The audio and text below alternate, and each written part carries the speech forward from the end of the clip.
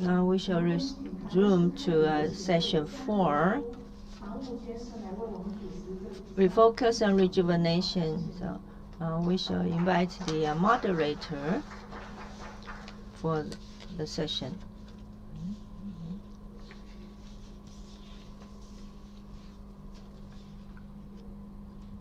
Mr. Zhang Deshu.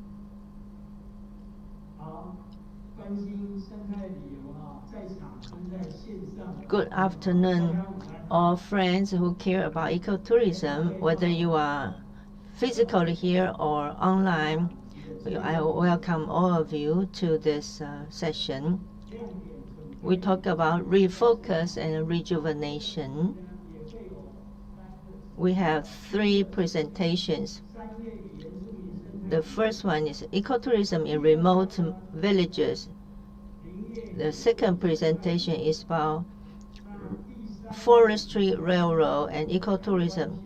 The third one is about the integration and the practical promotion of ecotourism. And for the first presentation, we have a speaker from Indonesia, Mr. Ari Suhandi.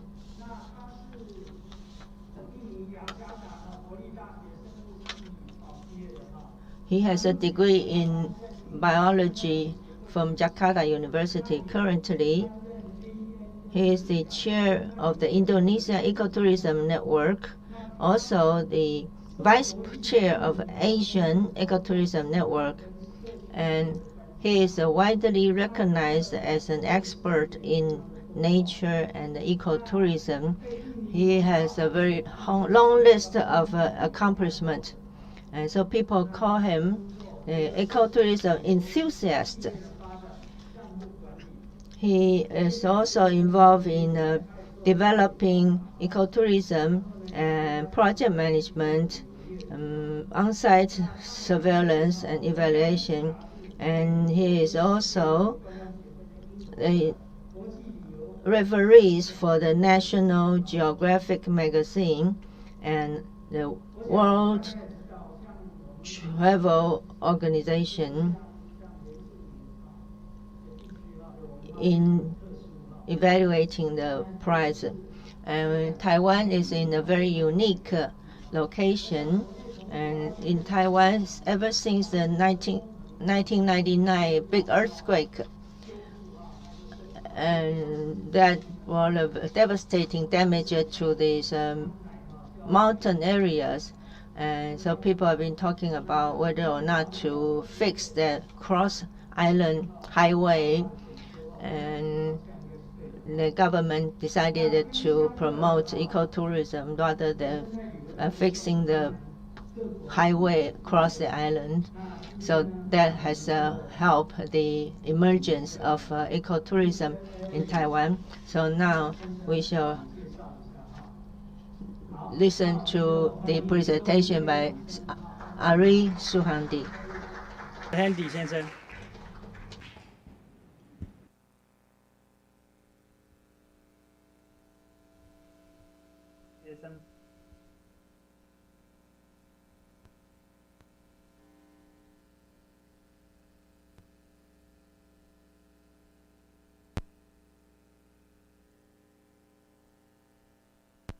Good afternoon, distinguished ladies and gentlemen.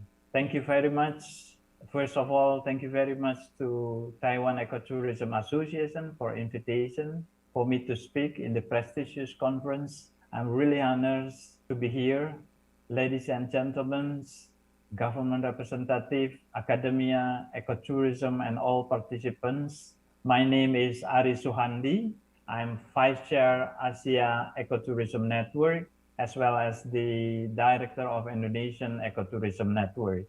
I would like to introduce my organizations called Indecon. It's Indonesian Ecotourism Network.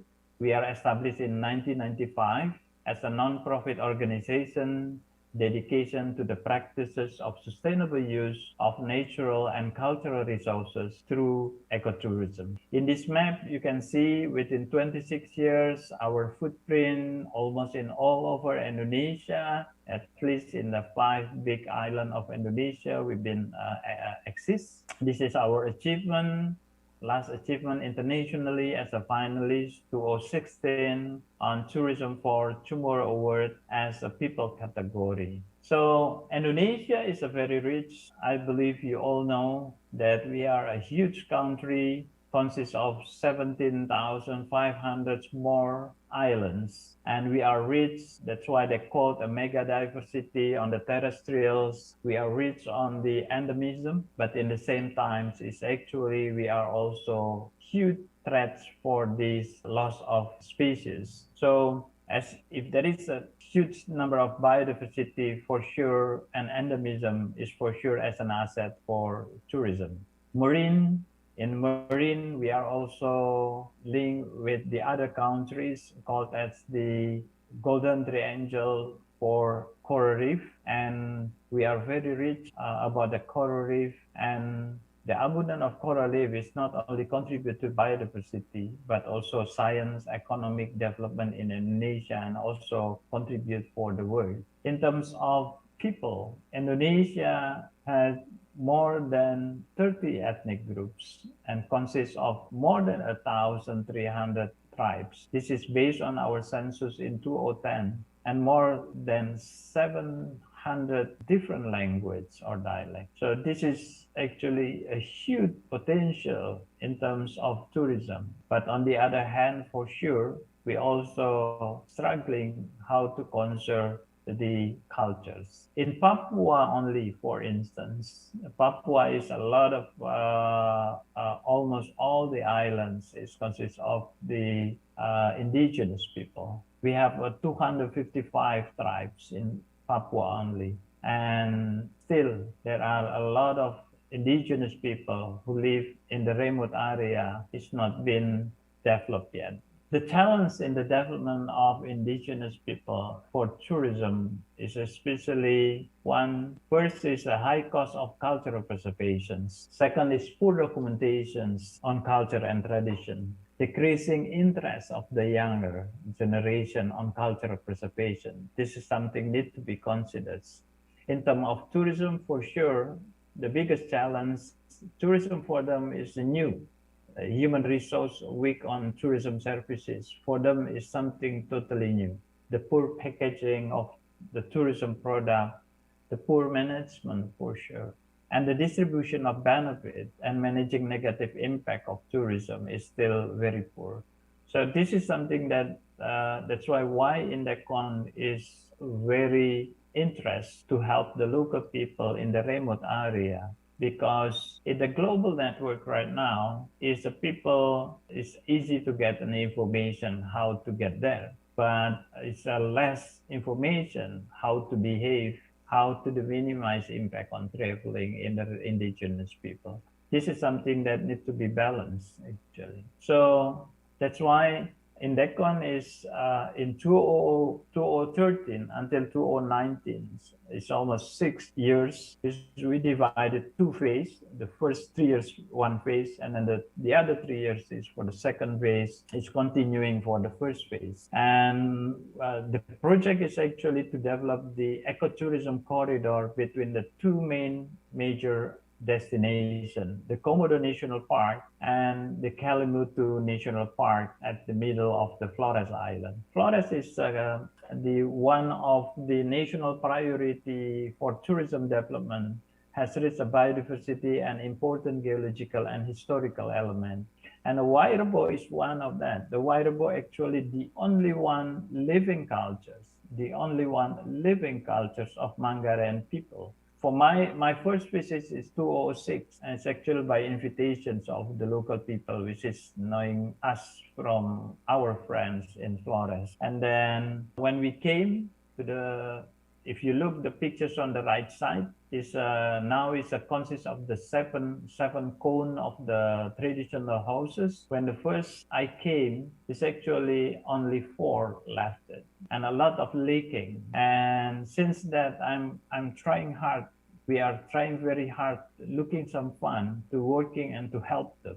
And finally, in 2013, we got support from the European Union to do a project for the Flores ecotourism corridor for the first phase. So, but before developing, introducing tourism to them, to the indigenous people, we already discussed with many friends, especially a social specialist, anthropologist, how that we studied and how to minimize the impact. Because the indigenous culture and local wisdom are the main asset of tourism.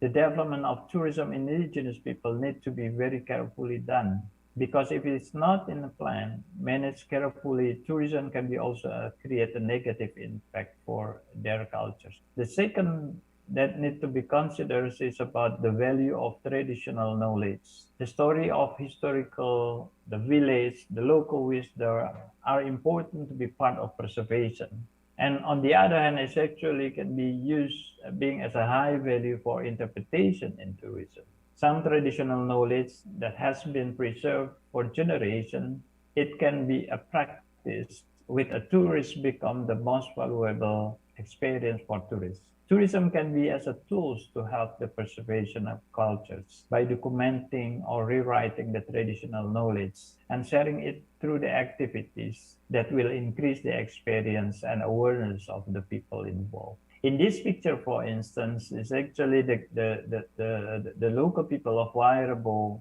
did a ceremony when they already pulled all together the wood, but they want to rebuild the houses. And the ceremony aimed to gather all the wood, become as a family, become as a one family. So they believe with that can be the house will be stand forever.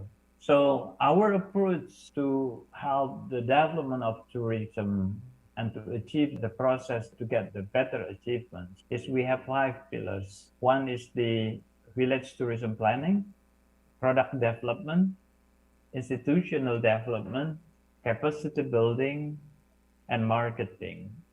So I would like to explain one step for one pillar, what we did together with the local people. And later on, then you can see the achievement that what they had after the assisting for 6 years. So the village tourism plan, for us, participatory village tourism planning is very, very important.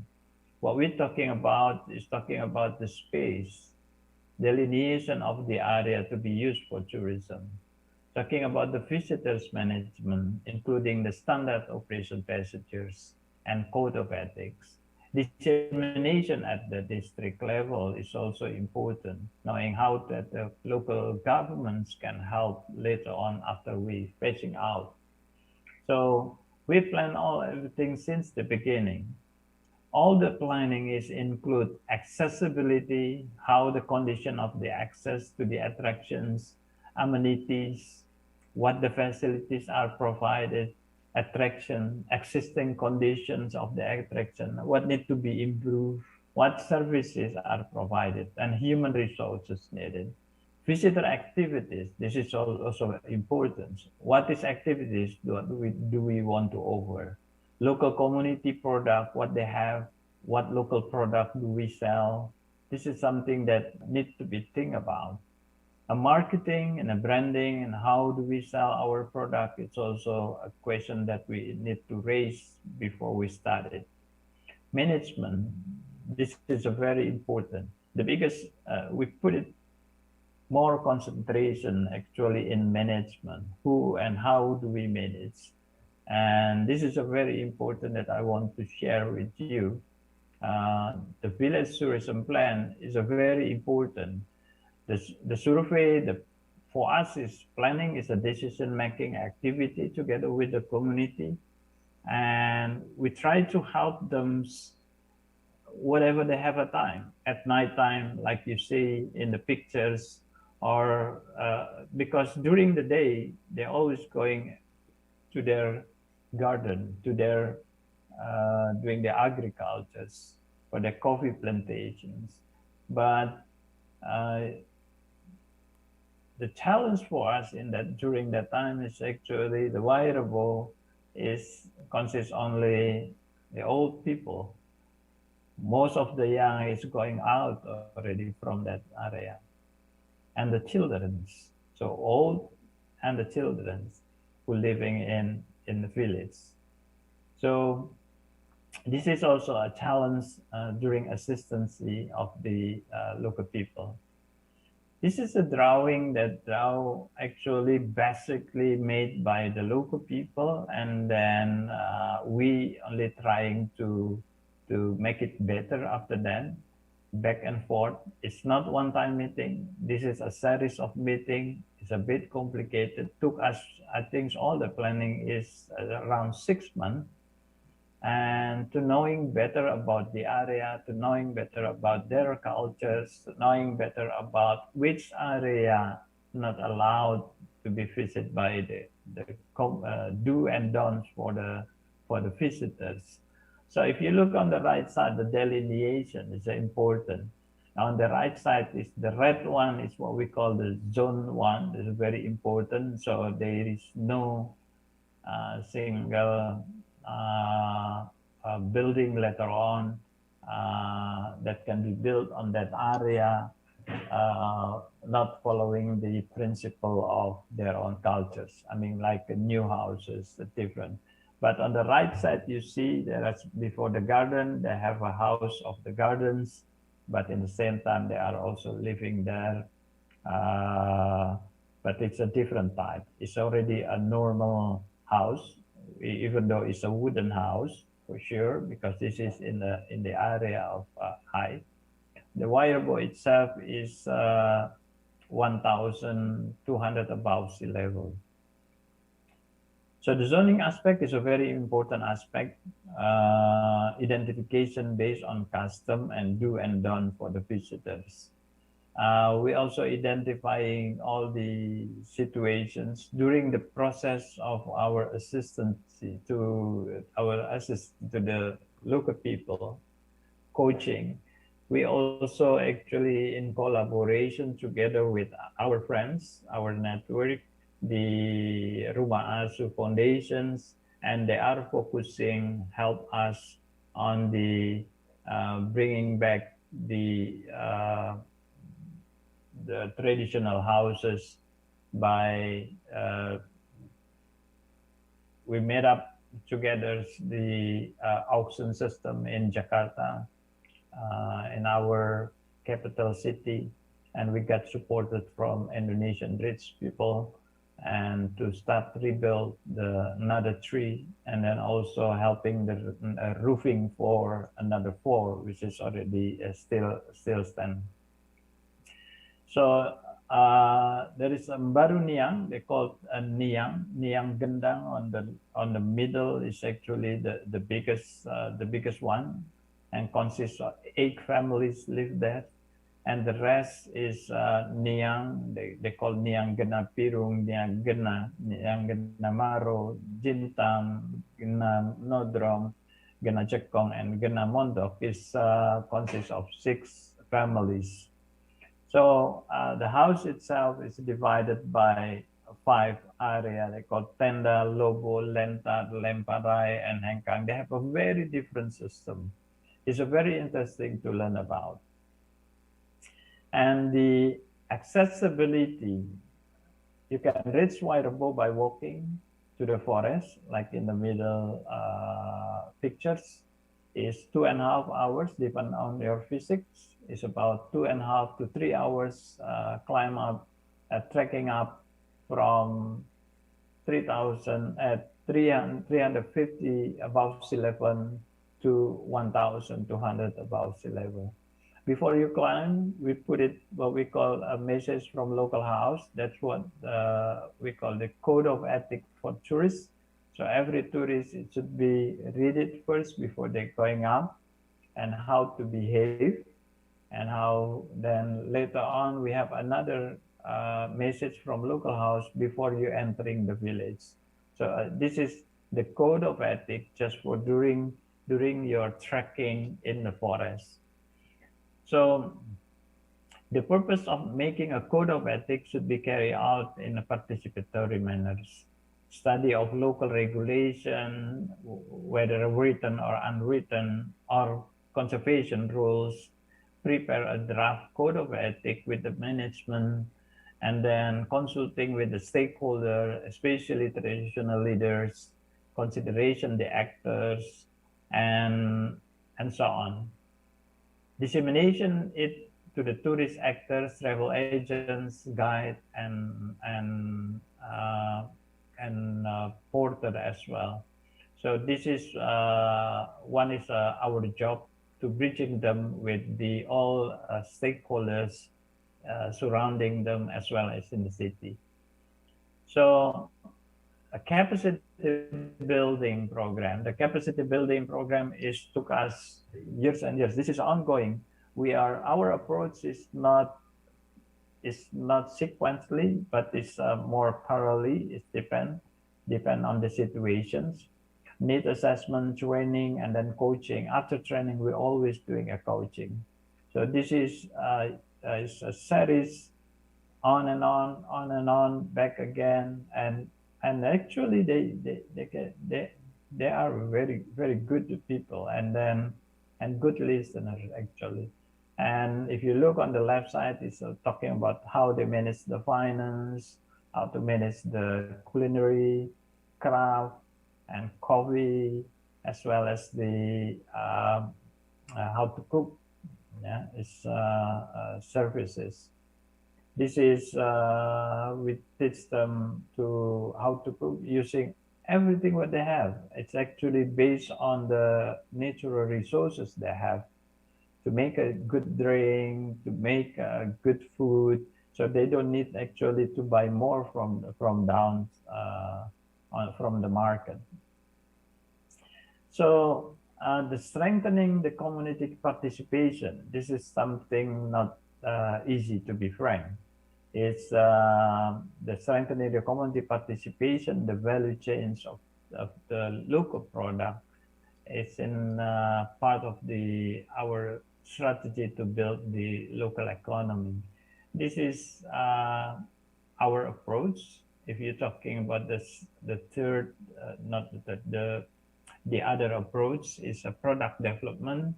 In terms of tour product, we have the ecotourism product principle. For Indecon, we have a three principle: environment and biodiversity friendly, community friendly, and tourist friendly.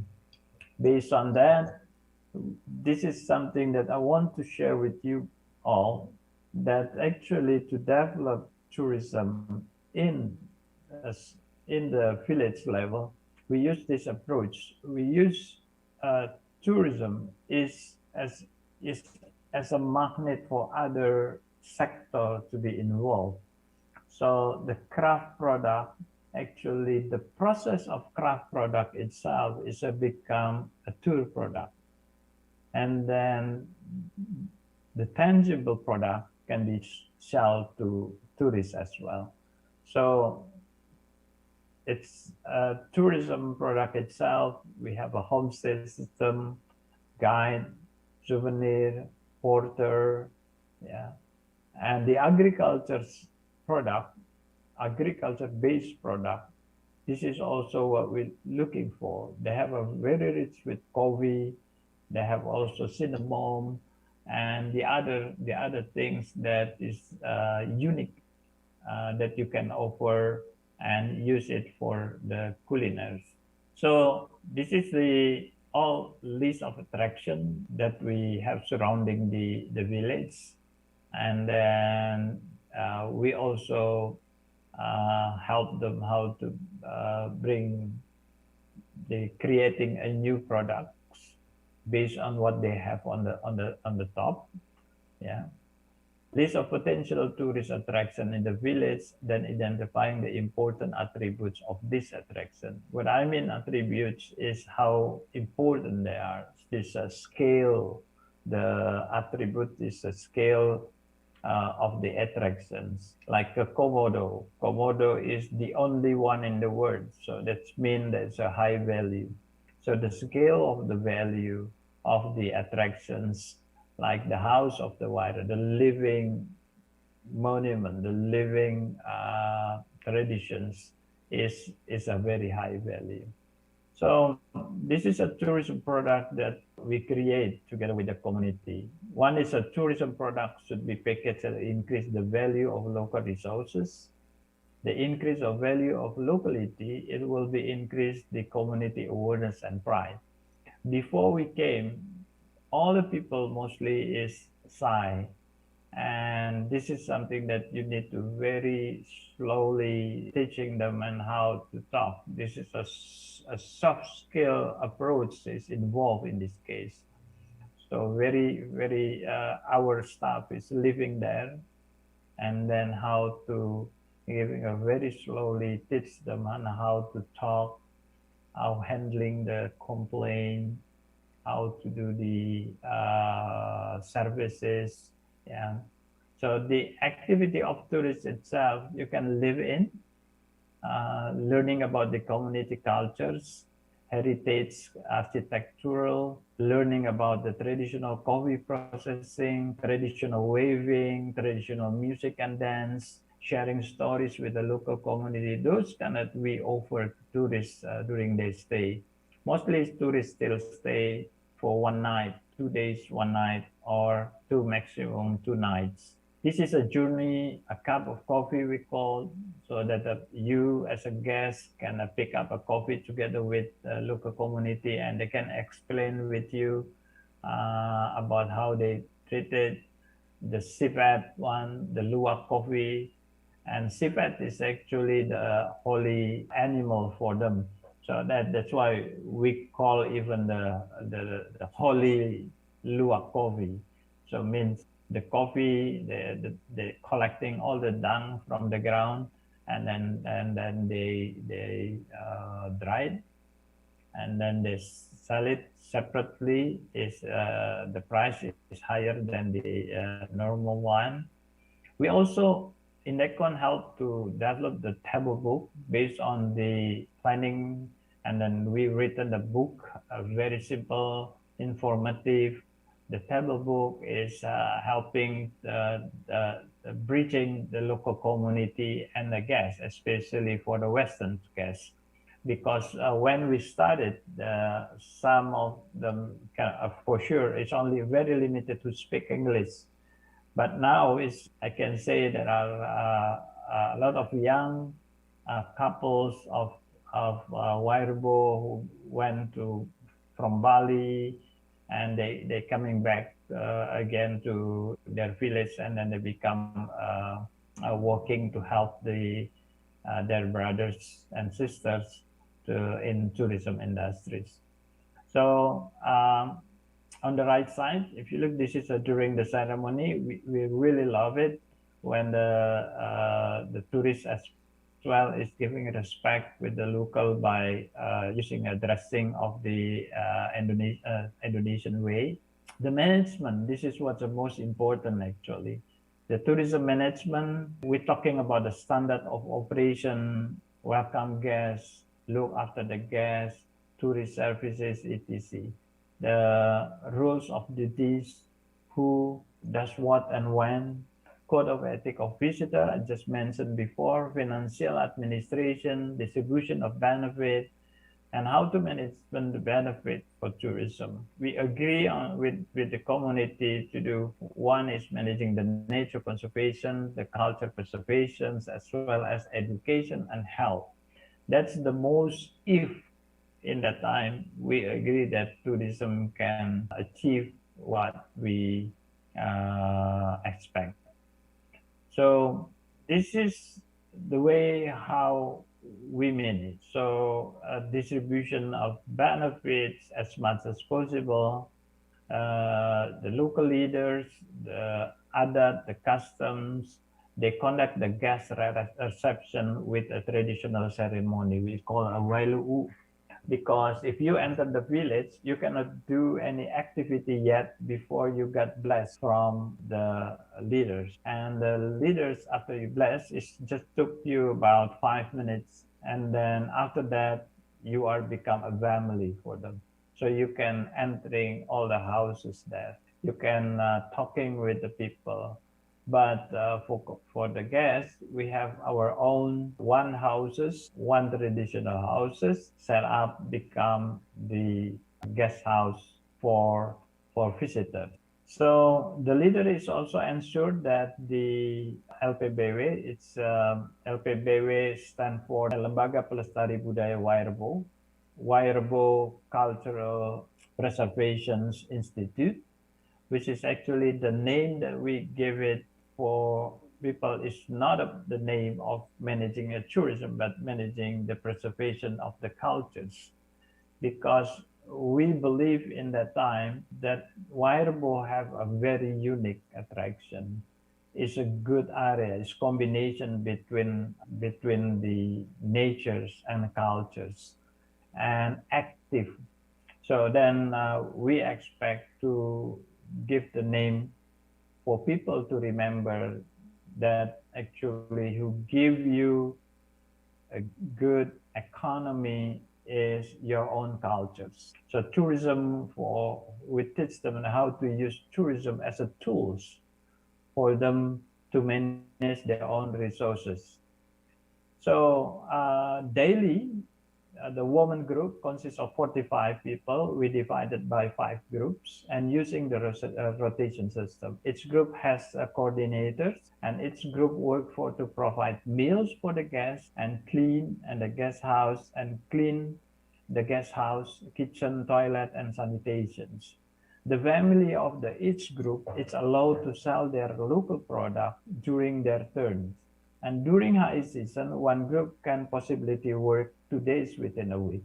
So if you look from this system, actually we only calculating 1.5 days per week for one person in tourism business. The rest, they still keep going for their agriculture. This is actually a strategy, a principal strategy to help for them not going for tourism, because we all agree, I believe you are in the industry of tourism. Tourism is also depend on the external factors, like what we happen right now with the COVID-19 as an external factor. So uniquely, we have a duty managers, and the duty managers is like a duty manager in the hotels. It's actually just focusing with the visitor, organizing sleeping arrangement, briefing and handling complaints, provide information about the Wairebo, taking payment from visitors. That is a duty managers. And luckily, we got good young people right now after 3 years started, and then some young is back to help their village. Technical operator controlling water supply, controlling generators at night, and administrator. So you can get the generator after they get success, because we controlling the generators for until starting 6 o'clock in the afternoon until 10 o'clock in the at night. So administrators, administration, reporting, controlling guest book is something. So this is only one way, but on the other hand, it's actually we have another group for, let's say, a coffee. Coffee is involved 55 people, managed by seven, sometimes 9 people to package the coffee for selling as a good product. So we are not teaching all people, but we are just teach 7% consistent one group. But the members of the coffee plantations is coffee product is from the people who are willing. And usually all the people, all the family put their coffee in the table for, let's say, 5 kilos, 10 kilos or more, depend what they want to share. And then they get every month money from, depend on how much money sell from the coffee. So the tours, we also doing a marketing, introducing a tour package. We did 1 time, 2 times actually the family collaboration tools, one time with helping with the Ministry of Tourism, one time with ourselves, and we also working in collaboration with Ministry of Tourism to do helping in promotion and the magazine as well as the national TV. Is if you look on the right side, the pictures on the airport that we put it also in the airplane movie. So this is a type that we did it in that time, and the result is quite good. Maintaining the feedback is a very important because Wairabo is very easy right now. You can see the trip advisors and the tour operators, friend of us from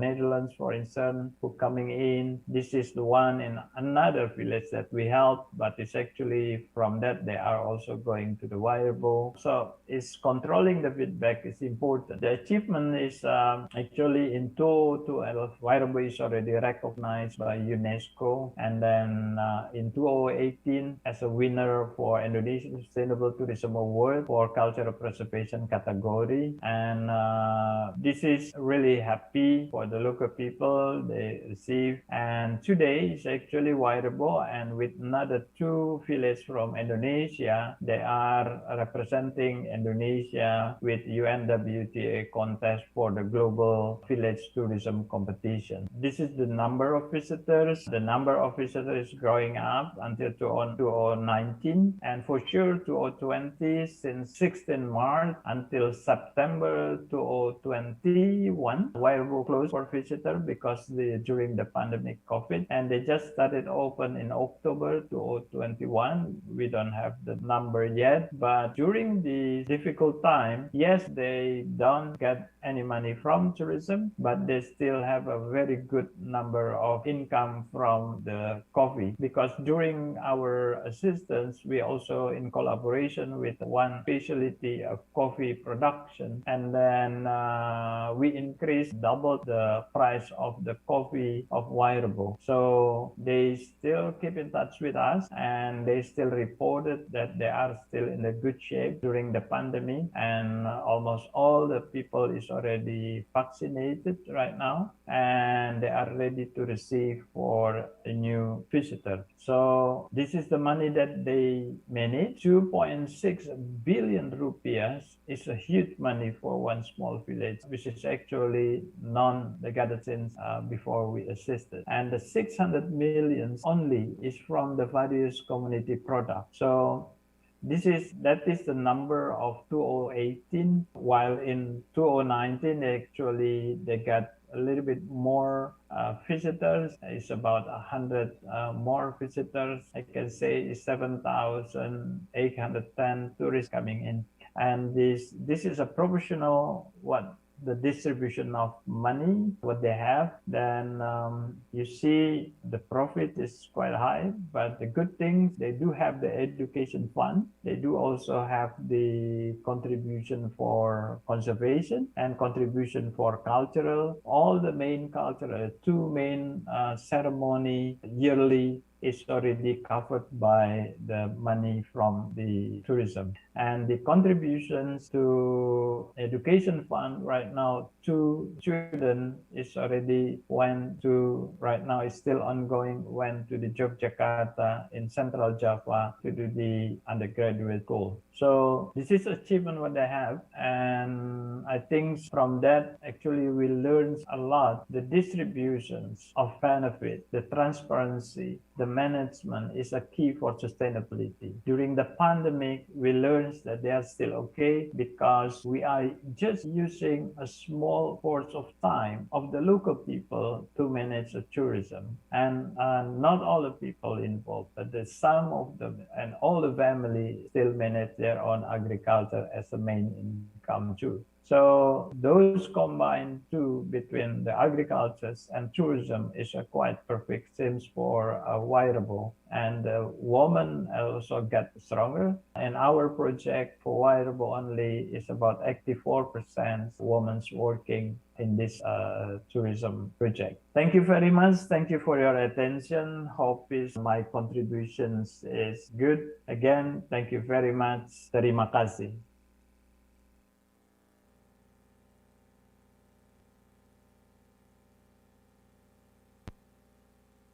Good afternoon.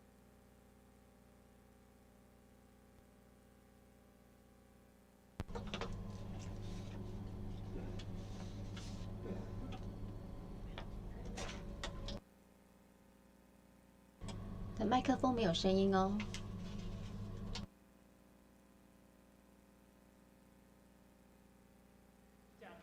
林业铁路与生态旅游哈，那主要介绍阿里山林业铁道。So for the next speaker, she's going to talk about the Ali Mountain Forestry Railway. And in 2018, the Forest Bureau actually created a management office to deal with, for example, tourism and cultural preservation of the Ali Mountain Railway, Forestry Railway. And the speaker for this session is Director Huang of Alishan Forestry Railway and Cultural Assets Management Office. And we can see that she used to serve in Jiayi Management Office. And then she also promoted the use of bamboos. Now, without further ado, let's welcome Director Huang.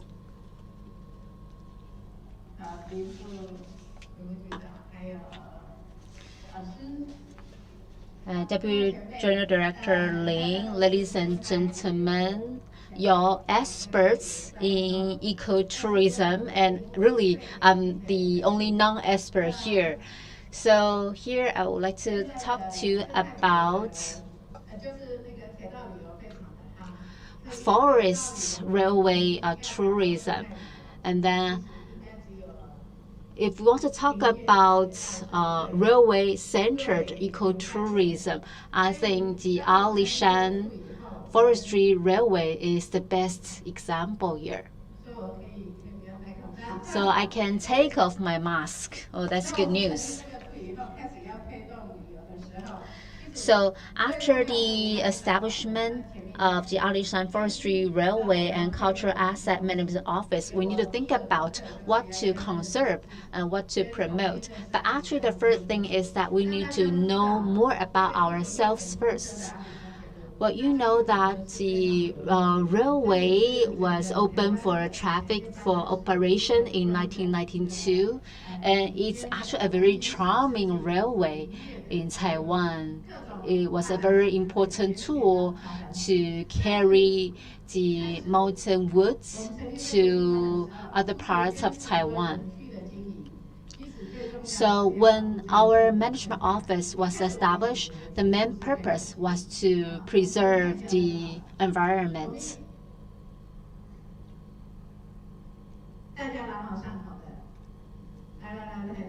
So we know that Ali Mountain is a very famous scenic spot in Taiwan, and the railway in Ali Mountain is very popular. So you can see this is like a U-turn route, and you can see this is like a zigzag route of the railway, and the railway climbs all the way up to 2,000 meters above sea level. And we can see this trend is a very small one, but it's very good at escalating to higher altitude. So this kind of trend is actually very popular around the world. So we wanted to use our railway to register at the World Heritage as a World Heritage Site. So there was a task force in Alishan which invited 35 experts from France to come to Alishan, Ali Mountain, to investigate whether this site has the potential to be registered as a World Heritage Site. And their discovery is that the railway has a lot of potential. But what's more special here is actually our biodiversity, because in Taiwan, there are a lot of plants and animals which are named after Ali Mountain. Actually, there are 120 plants named after Ali Mountain. So we can see there are 360 species of indigenous plants, and there are also 104 species of endemic plants. So here along the way we see a lot of green trees and animals, but we didn't pay attention to them. We didn't know actually this is really the richest asset we have in Ali Mountain. So we failed to identify the specialty of Ali Mountain is actually the biodiversity.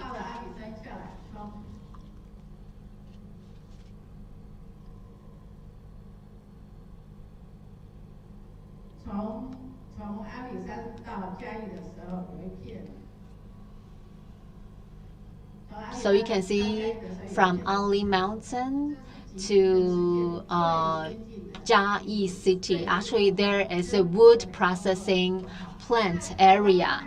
So at that time, there was a coal-fired power plant which supplied power to this processing plant. And also in the plant, there were automatic equipment, and they were able to supply power to residents in the neighborhood. And also you can see this is also a display exhibition area of different types of trends. So here really show you what it was like in the past to live in Jiayi, in this city of wood. And here, this is about railway and people's everyday life. Railway was really, closely connected with people's life. The trains, carried wood, carried people, and then people's livelihood depended on this railway. So, this is really a hub of exchange of, for example, mails, or woods, or agricultural produce.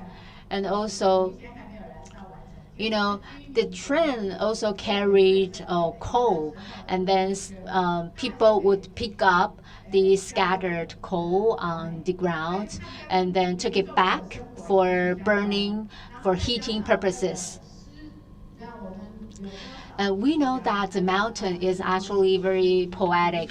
And there are a lot of Taiwanese artists who were drawn by the mountain. So they all, make pilgrimages to the mountain. So here they actually wrote a lot of poetry or books, or they produce, beautiful music, photography, and so on. So we can see that here it really has an abundance of the forest industry, the artistic sensitivity, and so on. So here pretty much it presented everything that you needed. So we're thinking about how to develop railway-centered ecotourism. So in the beginning, we thought, about renovating all the different sites.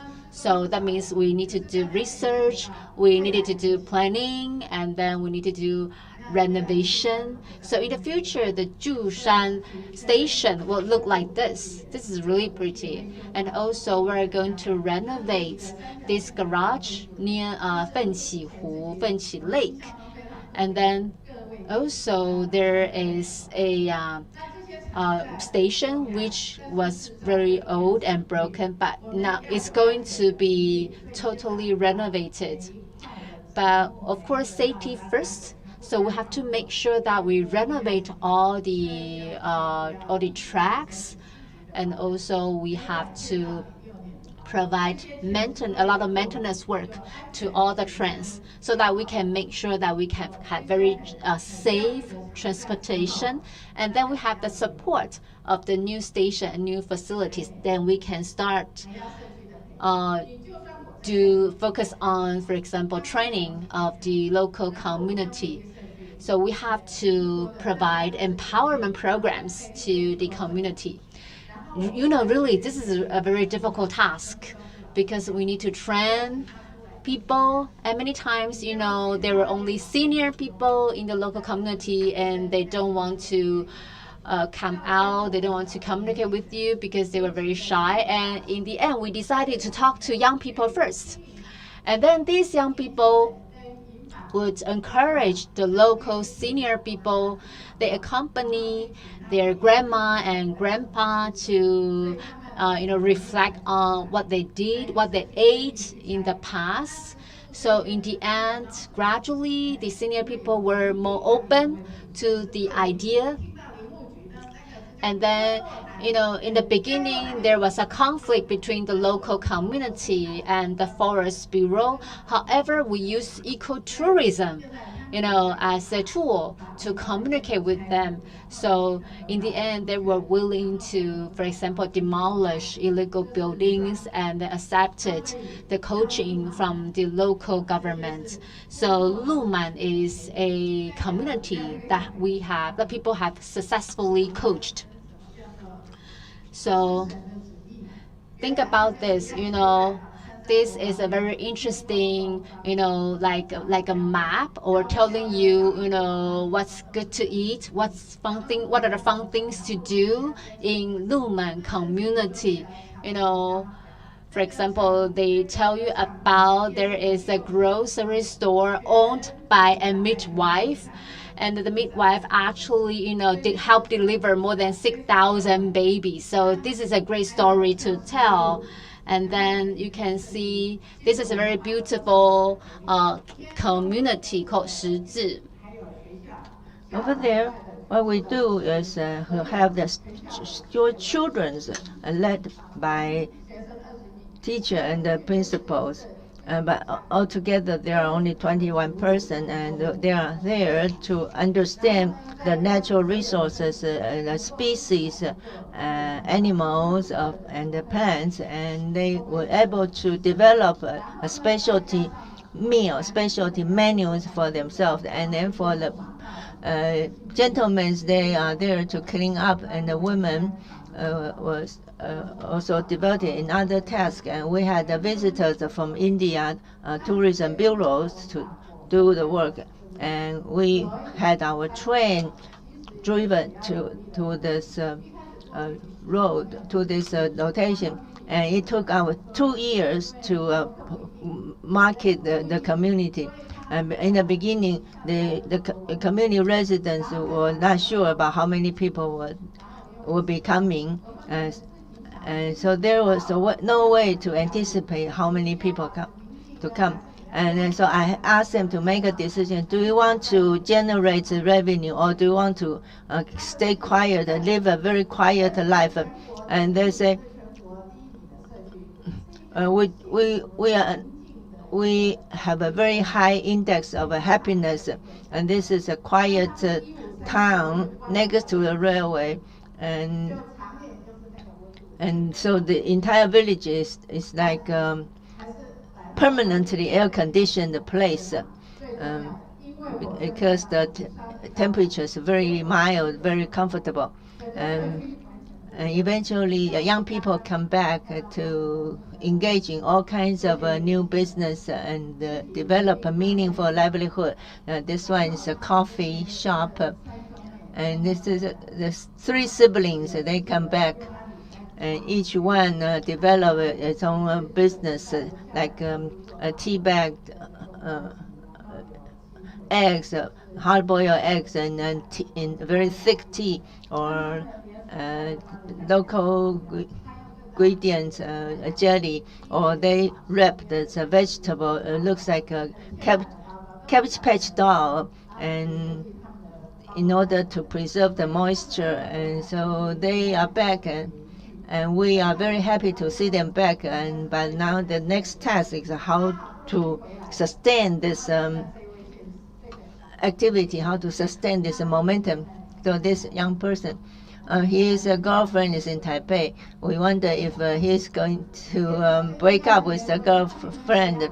Turned out the girlfriend is happy to come back to this village to marry him because there is a business opportunities, and they had some soft opening and pilot run, and was quite well received by tourists, and they also appreciate this very precious natural resources in this village. So this Taipei girl, a girl grew up in Taipei, was willing to go to this village and marry into this village, and and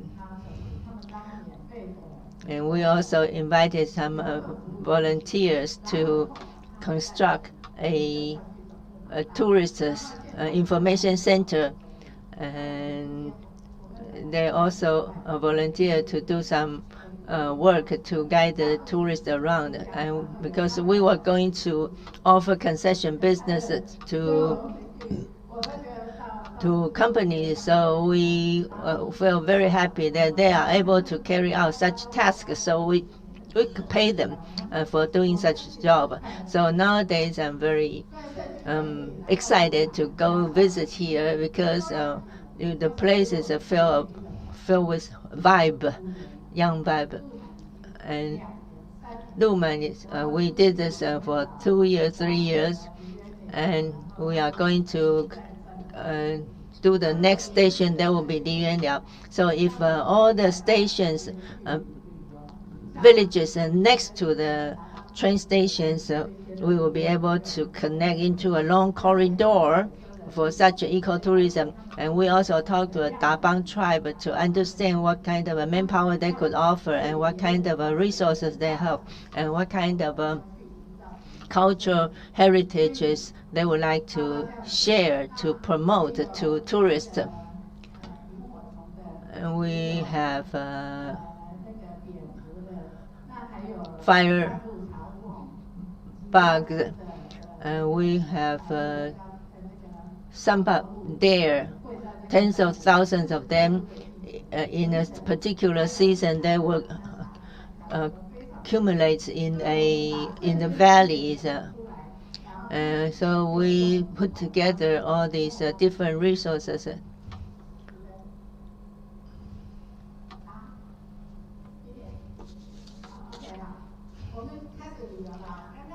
Now, what I have talked about are just empowerment of the individual villages, and we fix all the slopes, the landslide, and cultivate the people and the way to market their cultural heritage. Now we begin to operate the train, which we call theme train.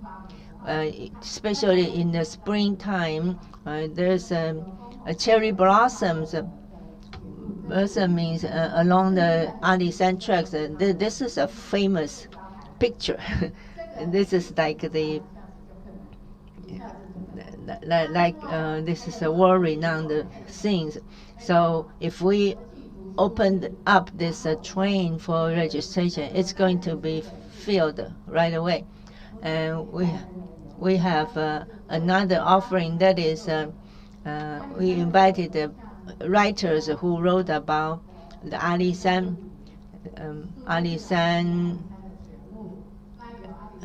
miscellaneous, and there are also poets and artists who had generated art pieces about Alisan, and then we will invite these artists or writers to come to this theme train and to ride the train with the tourists to explain what the background of their creative work, and to tell the story about how they create this masterpiece. So this is what we call in-depth ecotourism. And we also invite the specialists, to do this coffee ceremony, and the other team will go out to take pictures of train, as long as there's a fog, and then you have the right people to tell you how to do the composition of picture, or there's shutters. And so it's one photography group, the other is a coffee and a snack group, and then you switch over. This is going to be highly appreciated by the tourists. We also have a train called Listen to the Mountain, Listen to the Forest. There are sound from the train, from the wind, from the birds, from small animals on the forest ground. So this will be another theme train offering. We call that a journey of listen to the nature. And we have another train. This is 小丽园, and you could do your yoga exercise facing the high mountains in Taiwan. So on the day with sunrise, sunset, and with a fog, and there are quite a number of locations is suitable for this yoga experience. And for Christmas or for Valentine's Day, whenever there is a festival or holiday, we could design some packages to market Alishan Railway. We also have this is what we call this token stations or figure stations, and then we explain the history, the features of the station. And here is an interesting train, shuttle train, only 6 minutes ride, and the cabin is built with Taiwanese cedar, and the children under 6 is free of charge. So all the passengers, 60% of the passengers are children under 6. But that's exactly what we want, because we want them to get attached to Alishan Railway. We want them to become a railway buff in the future. And they will say, well, I remember the train, the one I rode. So that is a turntable for the locomotive to turn around. That's one program. And we have another program that's for steam locomotive.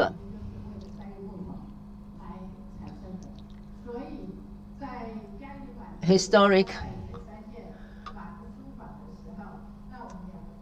looking back, and we could do the forest thinning. We cut down some of this overgrown bushes, and when we do the thinning, we have a couple of trains that's there to transport this thinning wood.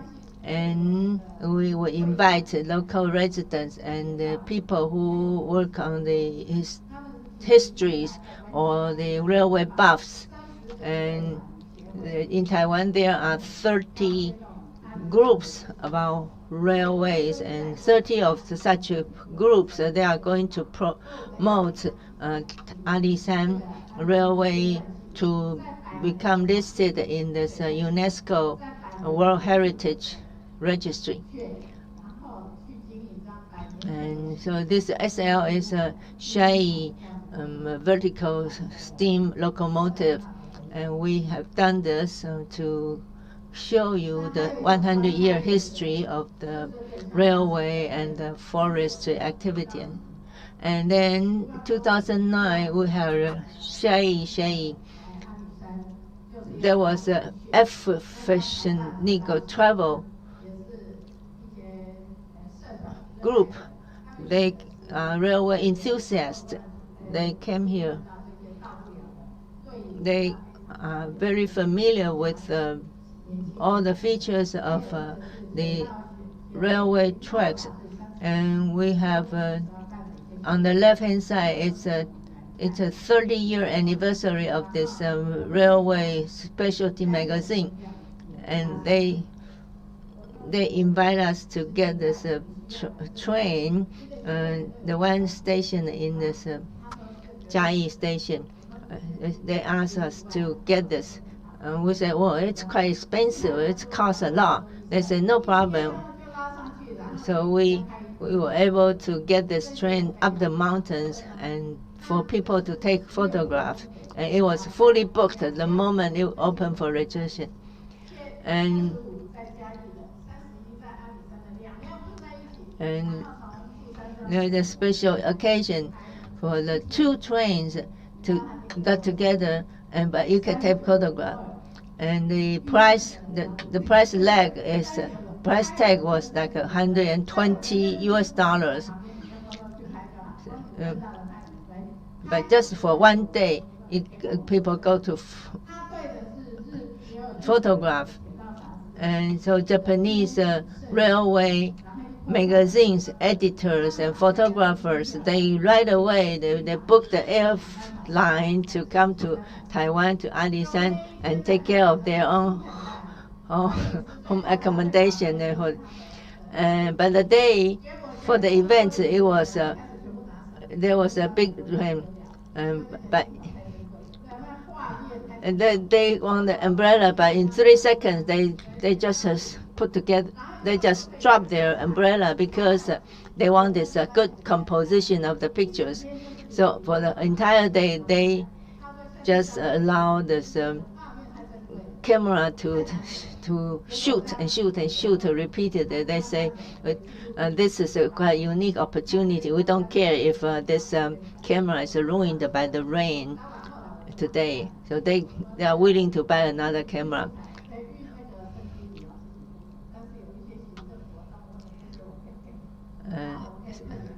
We have opened up some special events. So on one side is a steam locomotive, on the other side is a diesel engines locomotive, and we also have a special lighting arrangement for them. And we got a very high acclaim from the Japanese railway sectors, especially those enthusiasts. And then training the guide, it's very crucial to have the right guide with the right training. We have 32 such a guide, and we even have children. We have 16 of them. They are children, and these children, they could explain the railway just like any adults can do. And we use AR to generate these augmented reality images for tourists to appreciate the situation it was 100 years ago, and we have a QR code and everything. So we will explore more ways to do this guided tour. Here we want to also deepen the education. One colleague say we could do this education campaign. I say we are forest administration. My coworker said, but to promote railway, you can actually start from the school. So this is children under 7. We have this the artists, illustrators, and writers. We have only 20 minutes presentation, and the children learn so fast that they knew about the shade, about all the aspects of our railway parks details. So even though these are only 7 years or under, but with illustrations, with audio information, they could do this. And so like this student is only 12, 13 years old, and they are very happy to be outside of this classroom, and they are here to measure the gauge, to check how to do a brake, and the steel track, there's a wood. They are very happy to be immersed in such an experience. So this is a 3 hours course. nowadays in our Alisan Park, you have this children's class, outdoor classroom, almost every day, everywhere in the park.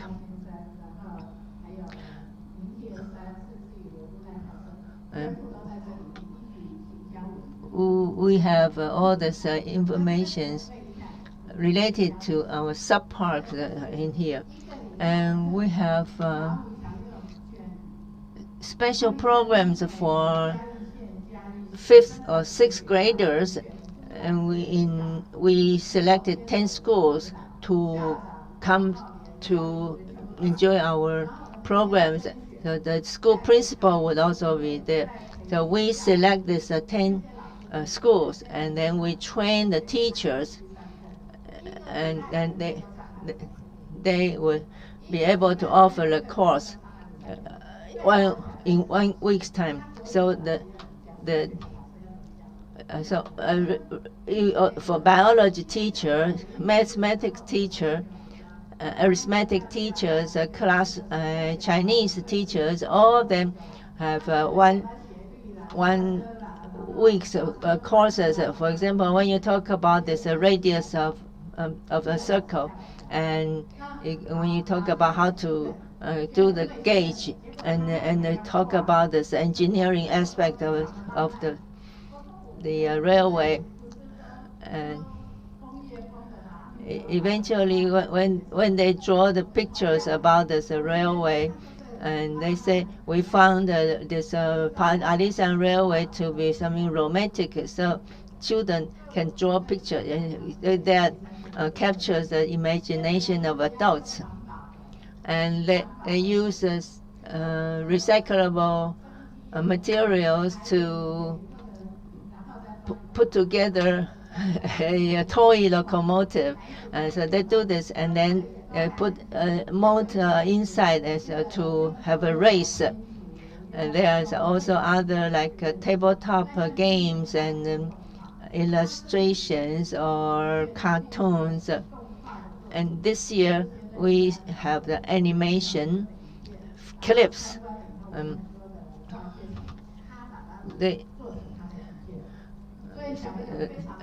So these children, they are very happy and very proud to be able to put together all these things.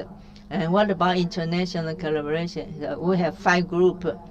We have sister railways from 5 countries, 9 railways from 5 countries as our sisters. And Japan, there are 2 railways. And so we have India, Switzerland, Japan, and so on. And the children, they are happy to understand, to explore into finding more about the information of these railways in other countries. And Taiwan's railway, Alisan. So 5 countries, 9 railways, we were able to accomplish this.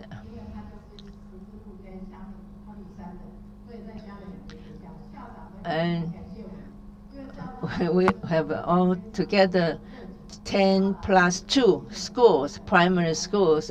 They are very proud to have participated in this program. So in Jialishan, these primary schools along these railway tracks, they got this kind of in-depth learning about Alisan Railway in 1 week, intensively, regardless the subject matter of the class. They all learn about the Alisan from this children's book, tabletop games, animations, puzzles, so, different age, different needs, and different vehicle, different social media, and all the ways we teach them. And then I believe we have planted the seed for these young children to help to conserve the railway history and culture in the future.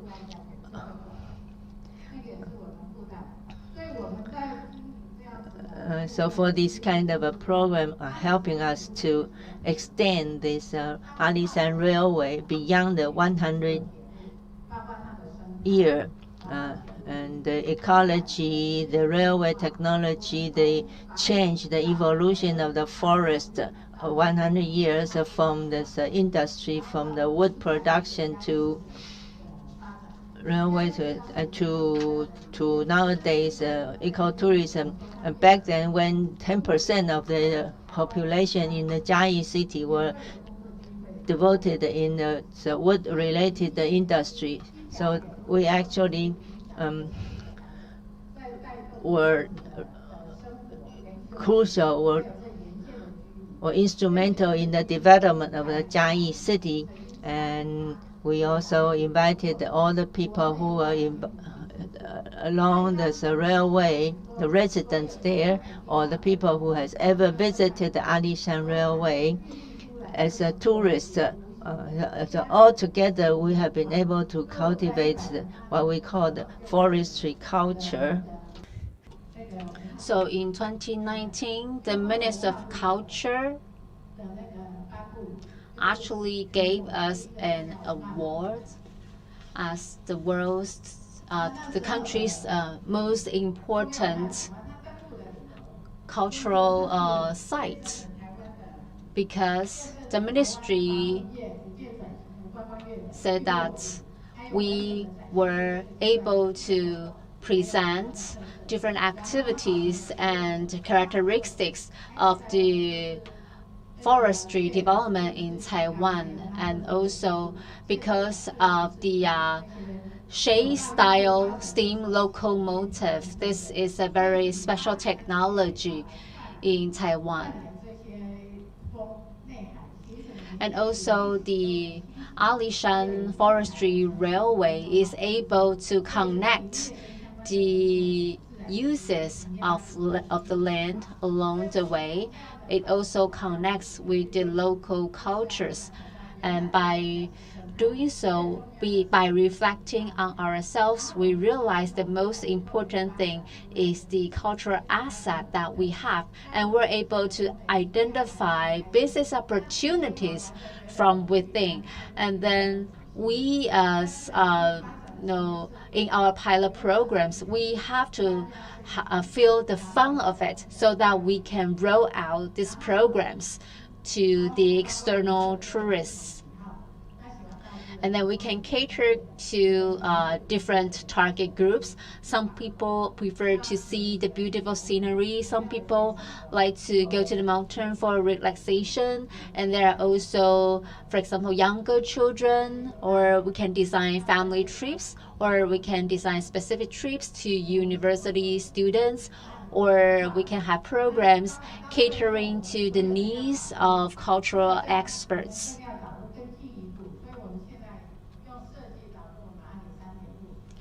So I can't really find my slide now.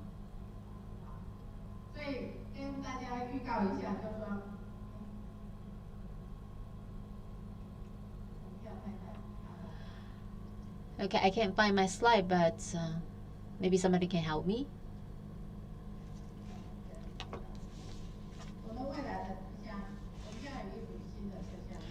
Now we have a new set of the cars of trends, and then the cars are like moving museums. So we use new juniper wood to create new train cars.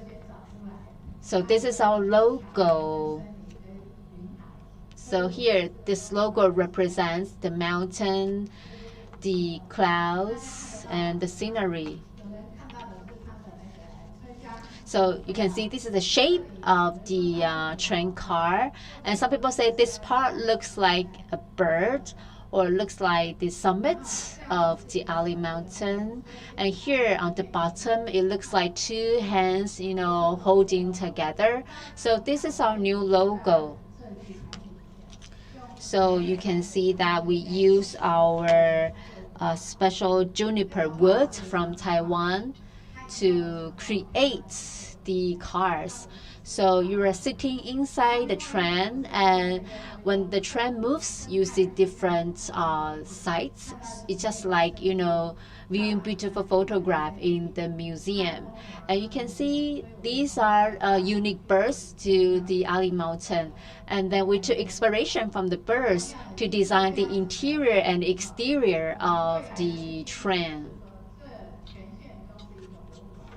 So we want to manage this railway as a museum.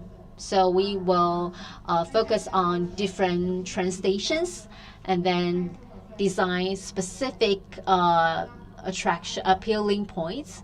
And then we are able to, we have really a series of different stations here. So I think in a year we can attract more than 3 million visitors to the railway. So we can encourage more people to get to know more about the railway and to show their appreciation to the railway. So this is like a series of museums. So the most important thing is dynamic conservation, because if it's static conservation, we're not able to really fulfill or to showcase the potential of the museums or of the railway. So we are using this concept of museum to design a new face for the railway. So like I told you, our wood processing plant as an exhibition site. And then also we will have our garage park. These are going to be our major attractions for people to come in and visit. We expect to attract, 1 million to 4 million people. So by doing so, we can raise people's awareness to the railway. So lastly, I want to show a short video with you about our new design.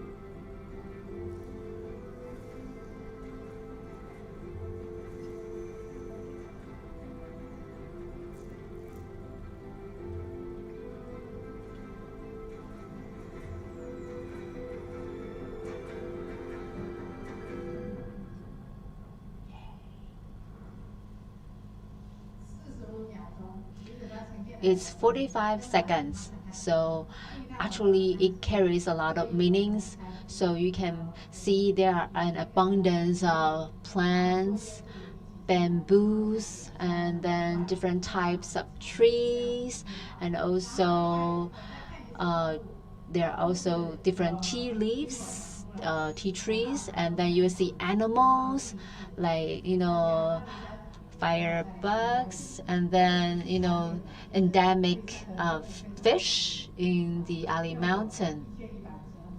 There are actually more than 1,000 endemic species of plants and more than 300 endemic animals. So you are welcome to watch the video again on YouTube. So by taking stock of our assets, we got to know more about ourselves, and we were able to develop different programs and itineraries out of this. So we're able to balance our economic benefits and the conservation of the environment. So lastly, I want to thank you for your support. With that, I'm closing my presentation. Thank you.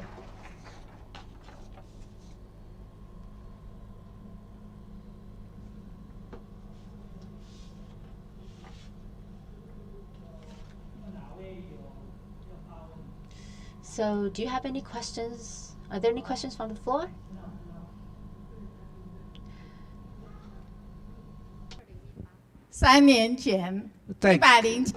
Three years ago, I think there is a director because he had a car accident, so that you had a new director. So I want to know more about that story. And because of the car accident,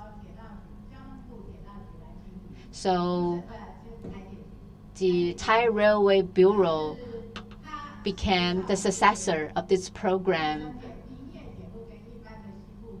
However, the Alishan Forestry Railway management is different from, other railways in Taiwan, because, the geological characteristics of the Ali Mountain Railway is really special, and along with, like I told you, the wood processing plant and so on. So we commissioned a Japanese consultancy company to do an overall planning for the site. So they decided that it will be, more appropriate to have the Forest Bureau to be responsible for this project. So it's been more than 10 years. So we, were very careful and cautious along the way. And then, so we have to work with different partners. So really we are, learning by doing. So this is what we finally, came up with. So I really want to thank you for your support. I think we still have some time left. So any other questions? I'm from Kola Travel Agency, and because of COVID, now we can spend more time knowing more about the domestic travel industry. So for these 2 past years, we focused the most on Ali Mountain. I think really Ali Mountain is so different now from what I remember when I was a child. For example, there are a lot of, pathways for people to, do trekking. And then I also noticed that you talk about, firebugs. And then for that, we designed a special program which is well received by tourists. However, there is some feedback from our customers. Well, there's a guide who took our customers to the pathway, and then it was nighttime, but it was very dark. And then the customers is very possible for people to fall down, to trip over, so they will complain. So in the end, we sent out 3 guides, 3 leaders to take a group. So we are finally able to address this problem. But we know that for firebugs to live peacefully, we cannot use a lot of flashlights during the nighttime. But it's difficult for us to strike a balance between the two, and we have to really put in a lot of efforts. So when we are packaging this program, we didn't know that problem would happen. So I want to make a suggestion. I think it's important to have, more communication with us. So when we're packaging our programs, we can, take into consideration all the possible things. So because we are taking a more conservative approach, so we don't really encourage travel agencies to take too many customers to the route. And then because we want to conserve the system of the environment for firebugs, and then we will be thinking about how to strike a balance between the two. Thank you very much. Thank you, Director Huang.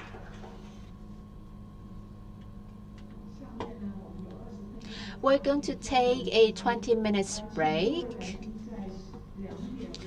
Please be back by 2:50. We have one more presentation and a panel discussion. And please raise your questions on Slido. You can scan the QR code on the back of your badge so that you can raise your questions virtually. Thank you.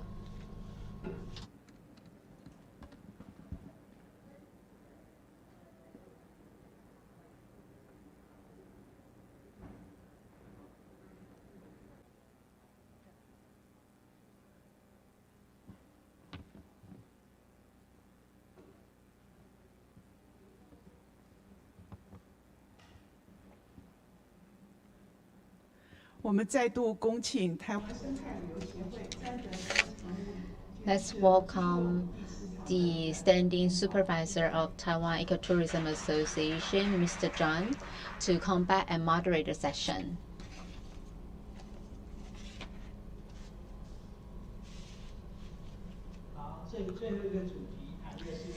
So our very last session is the integration of industry, government, and academia in ecotourism and its practical promotion. And the speaker is the Director General of the Northeast and Eland Coast National Scenic Area, Mr. Ma Huida. So actually, Mr. Ma majored in hydraulic engineering for his undergraduate studies, and then he got his MA of tourism in Shixing University, and then he became the deputy head of tourism bureau, and then he was promoted to director of management office of East Coast National Scenic Area, and now he's director of the management office of the Northeast and Eland Coast National Scenic Area.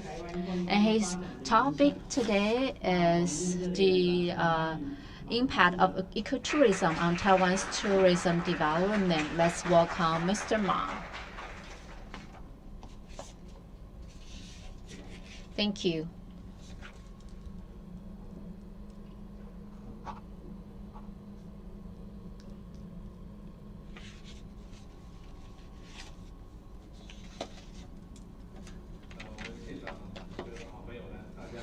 Ladies and gentlemen, good afternoon. I'm honored to be invited by the organizer to share with you about my approach of tourism development in Taiwan. Like what the moderator said, I became a government official in 1994. I was serving for the Northeastern Management Office for 15 years.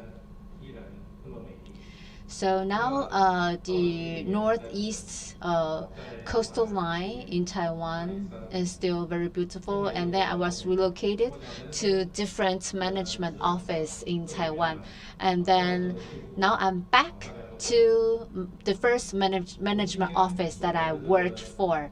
So I think it's quite lucky for me. I've come a full circle.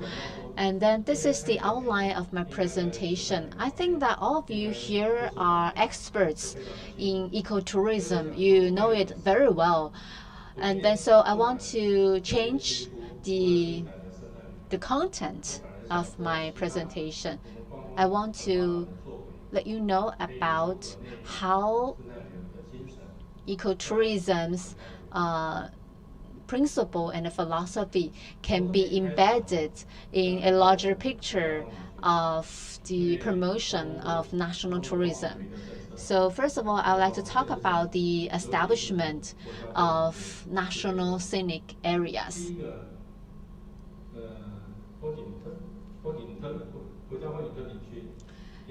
We can see that the very first national scenic area in Taiwan is Kending in southern Taiwan. It was in 1979. So in the beginning, Kending was designated as a national scenic area rather than a national park. So at that time, there was a management office of this Kending National Scenic Area. 3 years later, the government changed its mindset and decided to make it as a national park.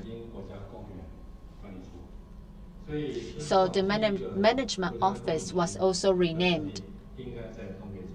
So actually, the real first national scenic area in Taiwan is the northeast coast of Taiwan.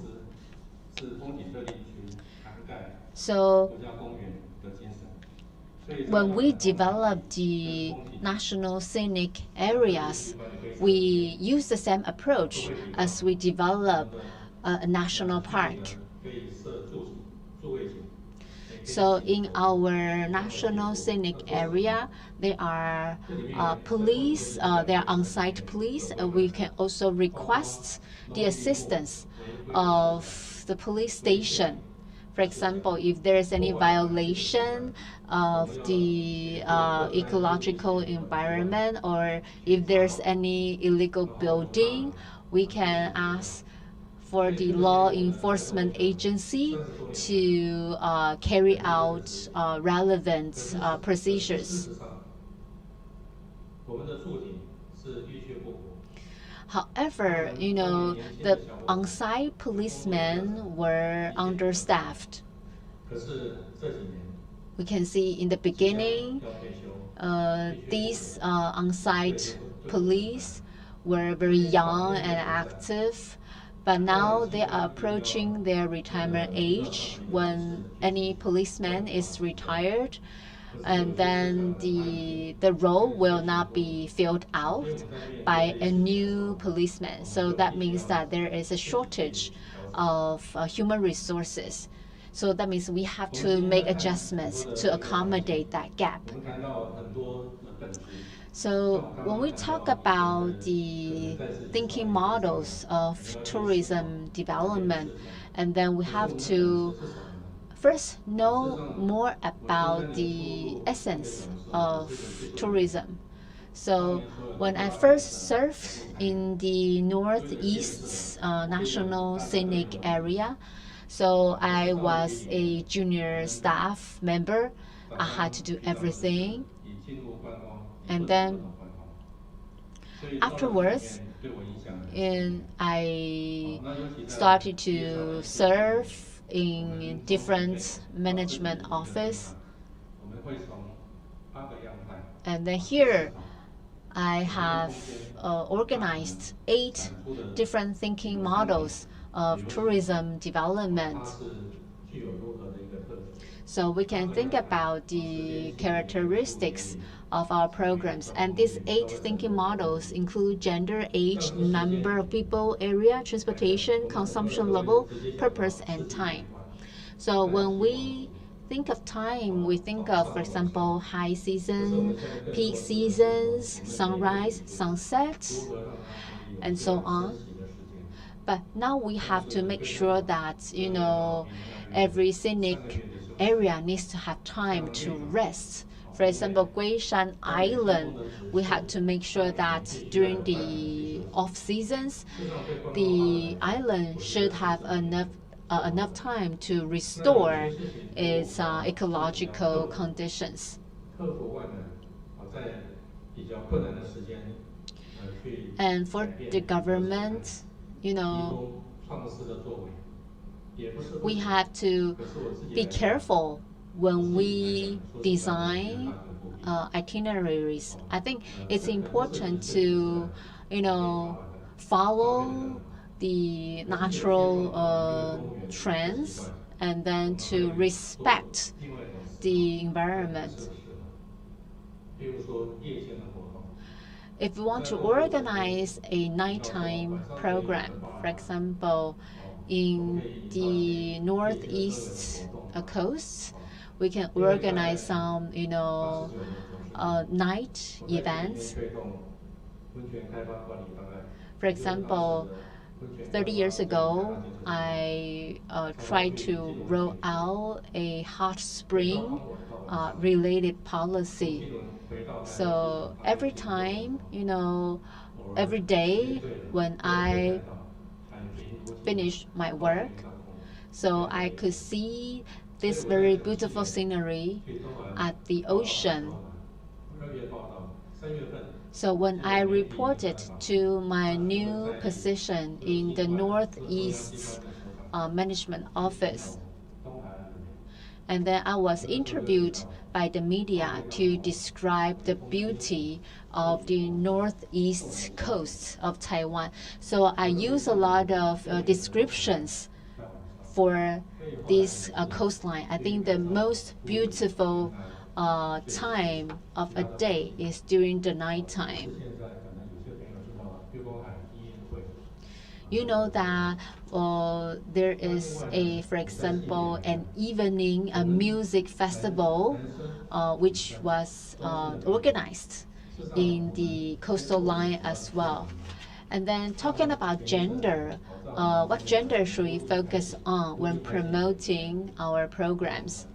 For example, we were working with different stakeholders to design a beautiful dining experience for tourists.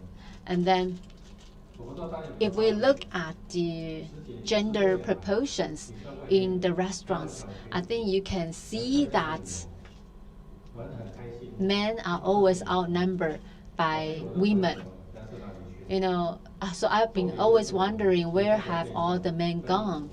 So it's important for you to target, your audience. And in terms of age, it's important to know what age groups you are targeting, because if you want to see, you want to encourage families, family travel, you need to target the children, because the parents always want to make the children happy. So if the children are happy, then parents will come. And then you can also target senior people, and you can design a very accessible environment for people with physical disabilities, so they will be willing to come here. And then in terms of the number of people, you have to think about whether you target, a large group of consumers, or do you want to focus on a smaller group of consumers? And then, of course, we want to think about the carrying capacity of the environment, so that we can balance the protection of environment and the tourism. And in terms of areas, so I always encourage people to play your role well. So when you develop your programs, you can first attract domestic travelers. Then that means you are successful for the first phase, and then the second phase, you can attract international tourists, unless you work with large international organizations. Otherwise, you always have to focus on the local tourists first, and then you can spread the word. And in terms of transportation, we know that in the 19th century, the UK started to promote railway traveling. And then since then, the modes of transportation have been changing. So we can see that here we have air travel, we have cruise travel, we have railway travel. And then in recent years, people even talk about traveling to outer space. So there are different models of transportation. So when it comes to traveling, you need to know what kind of transportation modes that you can utilize. So that means you need to design a good accessibility for your travelers. And then also, this is about the price range. We can see the price range, the prices can range from low, medium to high. And it can also be like mixed prices. Many times in one place, you can find, expensive offerings as well as, affordable ones. So I always tell people that you have to make sure that you need to provide quality services for the money spent.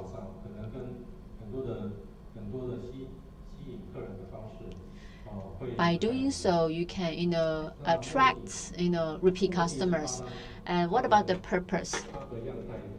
I think among the 8 thinking models, the purpose is the core, because it will affect all the other 7 thinking models. So for me, the attitude of the government, and then For example, in the 70s, we were required by the government to provide a safe and fun offering to tourists. And then we need to launch very classic programs for the general public. And now we focus on selling to promoting experiences that really touch people's heart. And in recent years, I think that the quality of tourism in Taiwan has been improved. And people talk about culture, sports, or religion-centered tourism. And I think the management office plays a very important role. So how should we respond to these changes and trends?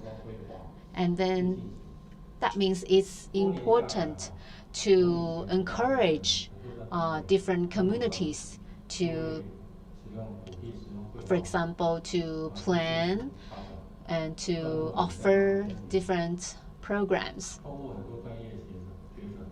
And now you can see that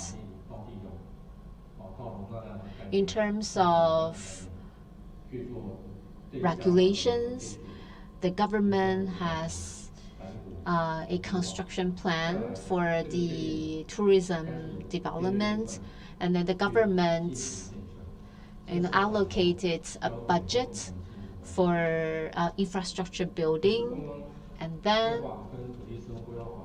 the private sector can take over to continue designing the programs. And then in the beginning, I told you about it's important to build consensus. It's important to create a good atmosphere and get the support of the channel. So that means when you are designing your program, you have to look at the local characteristics and the different attributes. So I think in terms of tourism planning,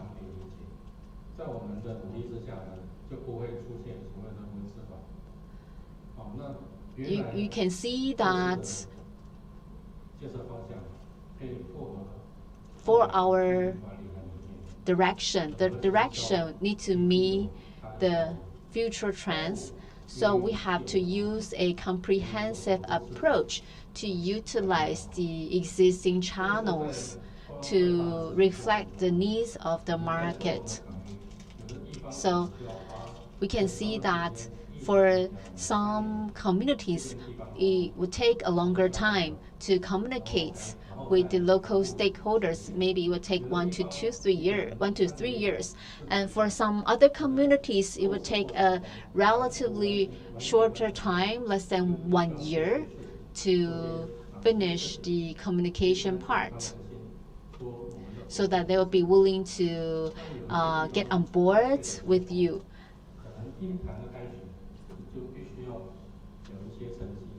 And then for some communities, they have very high expectations of what tourism can do for their communities. So I can see young colleagues gave me a lot of feedback so that we can see more fruitful results from our programs. So before we go to any community, we would encourage, autonomous operation model locally. So the first thing is that we go to a community to first know more about the local resources and the special qualities. For example, I will look at the natural and the cultural and the human attributes of this community to see what can be used as selling points. And then we also go inside the community to make friends, to see who are the leaders of this community. In the beginning, when we go to the community to communicate, I always tell my colleagues that you want to express your sincerity and patience to do this work, because Taiwanese saying says, if you want to truly communicate with people, you have to have the sincerity. You have to be sincere in doing so. And we don't know if the community really has a need, but you just want to go in to find out.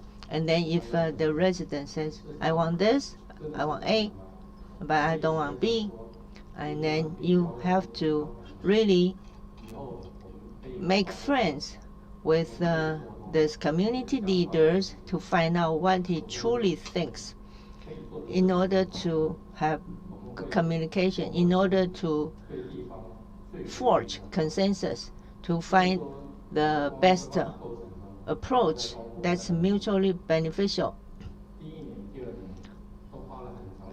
When we do this work, in the first year, in the second year, we did not talk about the true business yet. We just want to be friends with them. And then in the third year, in the fourth year, after we have built this rapport with the local leaders, the rest will be easy. Things just fall into places. So, and then eventually, this is consistent with what you want. Because each locality has its unique feature, we may have formulate a policy for the place, but that may or may not be totally in line with what the local people need. So it's important to be flexible, to be adaptable, and while you are communicating with the local leaders, you also gradually modify and to get the work done. And in Taiwan, the northern part, central part, southern part, people have a different attitude in doing this kind of communication. We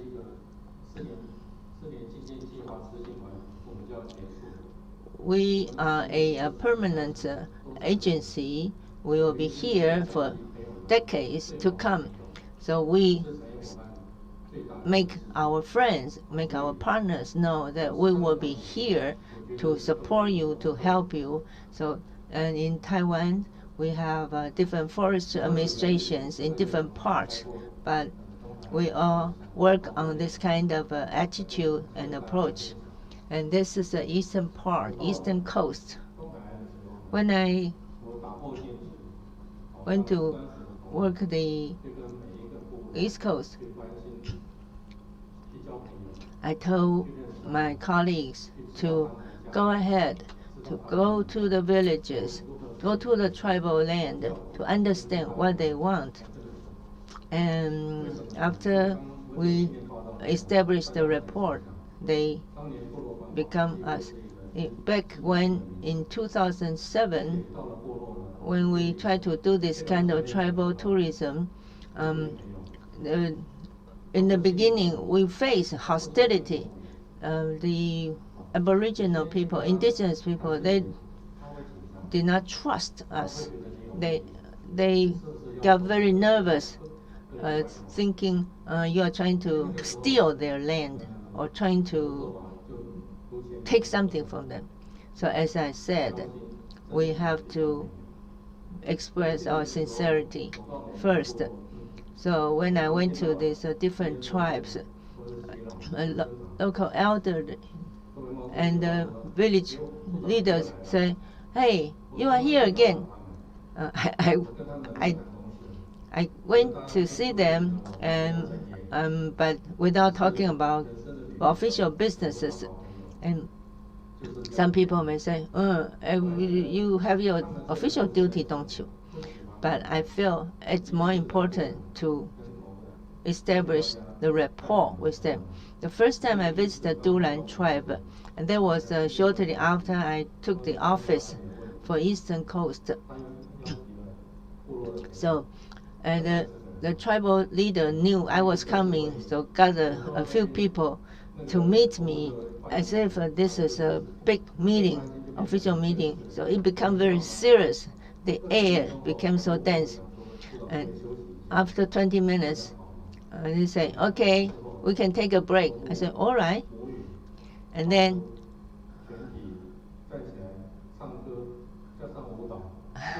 after 20 minutes, they just stand up and then sing and danced right away. And this tribal leader, although they may not like you, but they could always show their nature or natural hospitality. That's a very interesting and wonderful experience. So I went to the 12 tribal villages and to establish such communication channels. In this other tribe village, I was walking down the street with the tribal leader, and he told me about his aspiration when he was young. And he was talking about, I want to have a village kitchen and a factory. At that time, this outlet of this Shokuran Creek, there was a piece of land. I said, there's a piece of land, you could do so. But he told me, oh, this is a bad omen place, because nobody ever come near this place. But after a few years, I show them the blueprint and fix up the place so it does not look dilapidated. And so then they heard us and saw this, and then now they say, please hurry up, we like to do that. I would also exchange, we swap the land with a police station.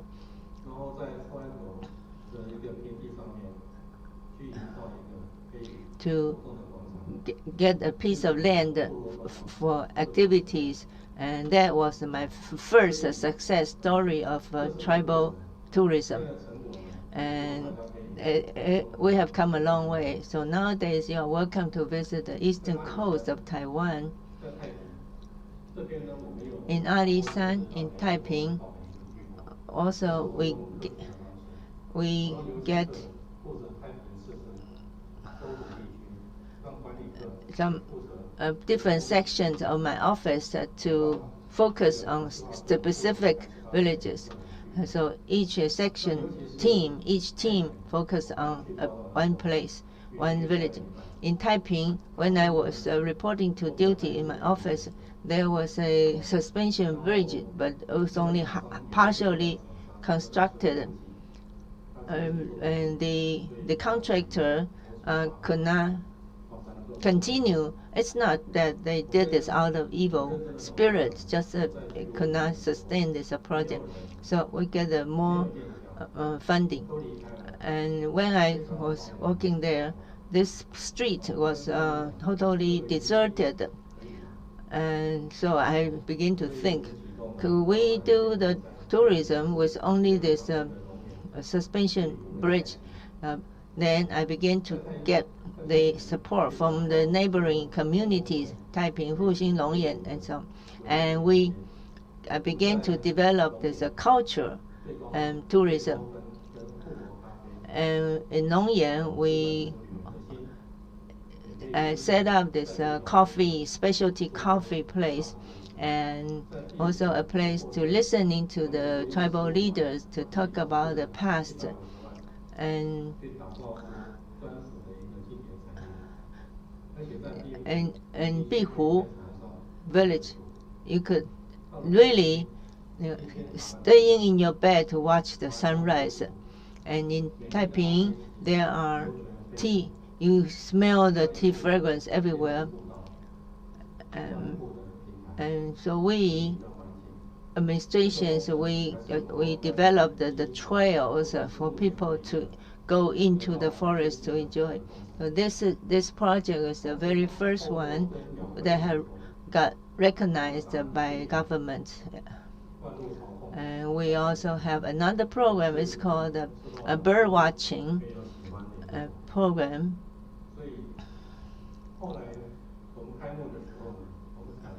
When we open this suspension bridge for tourists, but we had this reservation system for people to come in batches instead of having a traffic jam or got.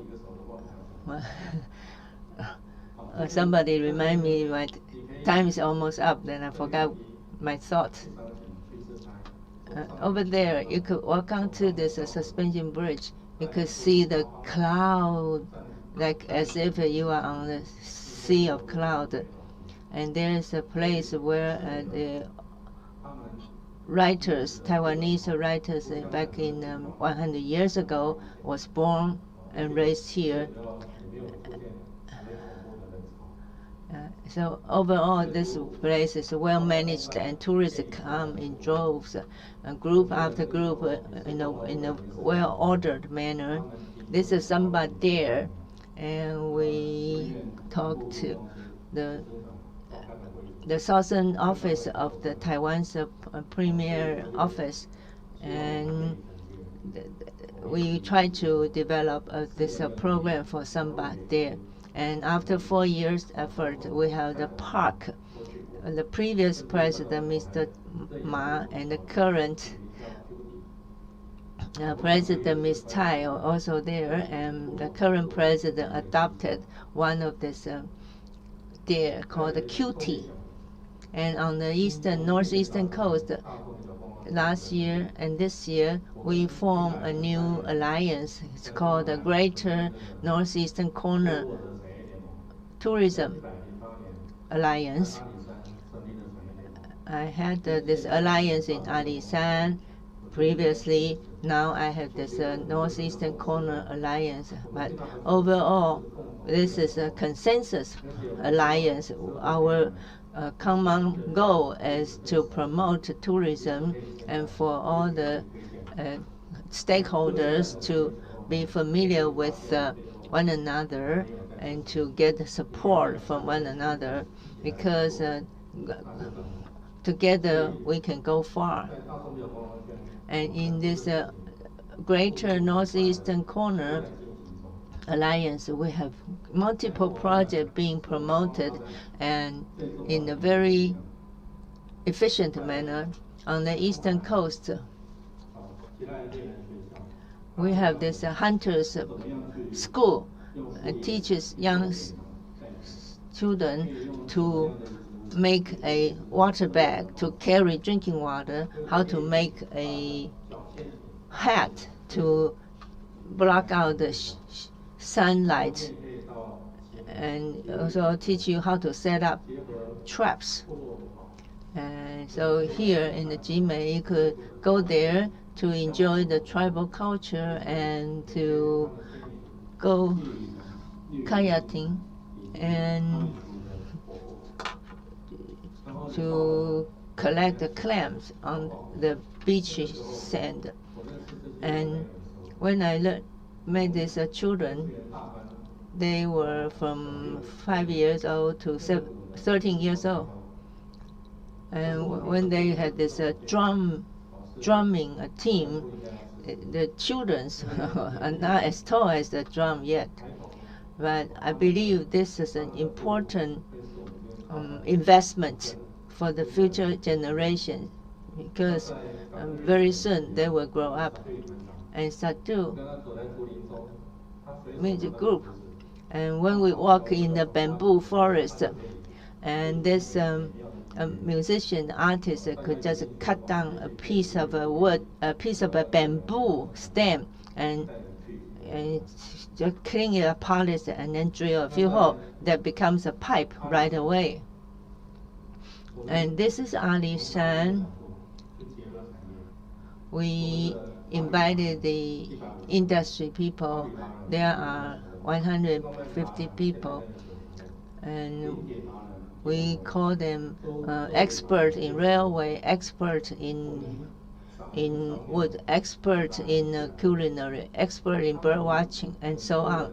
They all have like 100 peoples, and some of them are restaurant chefs or restaurant owners or managers of a dance troupe, and for them to make presentations about the beautiful features of their hometown. And Alishan people, they are very enthusiastic about this. So if we just tell them, perhaps this is what we want to do, and they will do the rest. So you will be impressed about their enthusiasm they show in carrying out the project. And here is Zulu. I always encourage them to build your own, to modify, to upgrade your hometown. And they could also feel the pride and the passion. So the residents, their neighbors will say, although I'm not an official member of this project, but I can see my neighborhood is getting prettier and prettier. And here is we have a consulting group to help the business operators. Each location has their own leaders, and to offer your program, to offer your tourism package to attract people from other locations, to critique your presentations of your hometown and help you to perfect the presentation, perfect your traveling package. And so this is happy outcome, I'm also very proud of. And we also help our partners to apply for green certificate. Not too many. This year we got 7 green certificate, but next year or the year after that, we anticipate to get maybe 15, 30 green certificate like that. And during the vacation, we have a lot of activities for people to participate in. At Dulan village, we built this kind of a thatched hut to block out the sun and for people to sit together, to share stories, to swap experience. And this is another event that people get together to track the river. And we, on the lower right-hand side, is music festivals, people to show off their talents. And the program is called Moonlight Beach. And this is Alishan. We have what we call expert, railway expert, tourism expert. We tea ceremony expert. We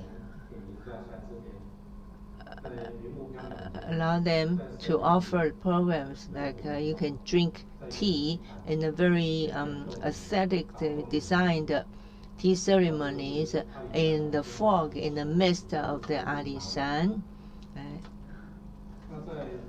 That's a very unique and very romantic experience. And this is another one. We can have Tabang tribal. That is what we call the cultural tour. or you could go enjoy this ecotourism in this kind of triangular hut. And in Sanmei, in Meigu, Negu in the local language means forget all your worries, and they offers a restaurant above the water. I have not been able to go there, but I'm already tempted to go. And there's a dinner festival called Capturing Fire to pass down the baton. And in this tribal, the tribal leader said he wanted to visit me again, but 10 months have already passed. He is still not here. So I believe he's very busy engaging in his local project. And this Longdong, Bito Zhama Guanjia, everywhere is very beautiful. We have a golden sand beach. And there is also the black sand beaches. So all these are around in this northeastern corner of Taiwan. And we have activities that can combine the water, marine resources, railway, and we have some ancient trail, the trail that was used by our ancestors hundreds of years ago. We renovated these trails for people to go. This is Zhuangwei. Yesterday we had a nice staying programs, and so people got well tanned. So this is what we call integrated or comprehensive marketing. But you have to be honest with yourself. You have to say what you have or what you do without exaggerations. And like Ali-san, Salmon Lake, there are a lot of sales channels like social media through the internet. It helps you to save the money, save the marketing cost. I would love to see you come to visit the northeastern corners, and also we welcome your encouragement, welcome your critique, and a number of our young colleagues. I am Muslim. At home, I grew up in a very serious, solemn atmosphere and setting. So when I graduated from school, people look at me. So I was a very serious, solemn person. And when we had meetings, and they say, "Sir, I have a question," and other people say, but nobody was laughing. But I say, I am a director general, not a teacher, but they treat me as a teacher. And over 10 years now, I don't think my colleagues will treat me as a very serious person. And I believe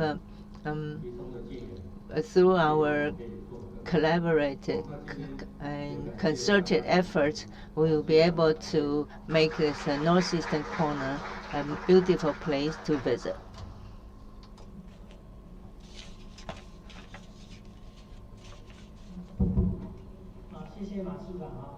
Thank you, Director General Ma. So we're going to proceed to our panel discussion 4. And then Mr. Lai is going to give us a talk first. And he used to serve as the Secretary General of TEA. Now he has his own company. So he is involved with many NGOs. So he has been serving in many organizations, and his English name is Bird Lai because he is the Secretary General of Wild Birds Association. So without further ado, let's welcome Mr. Bird Lai. Thank you. Ladies and gentlemen, and our guests online, good afternoon.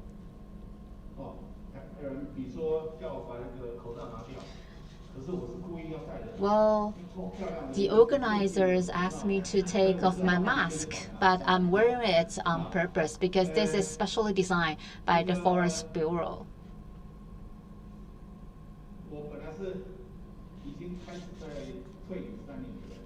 So actually, I was in my retirement stage already, so I rarely spoke in public.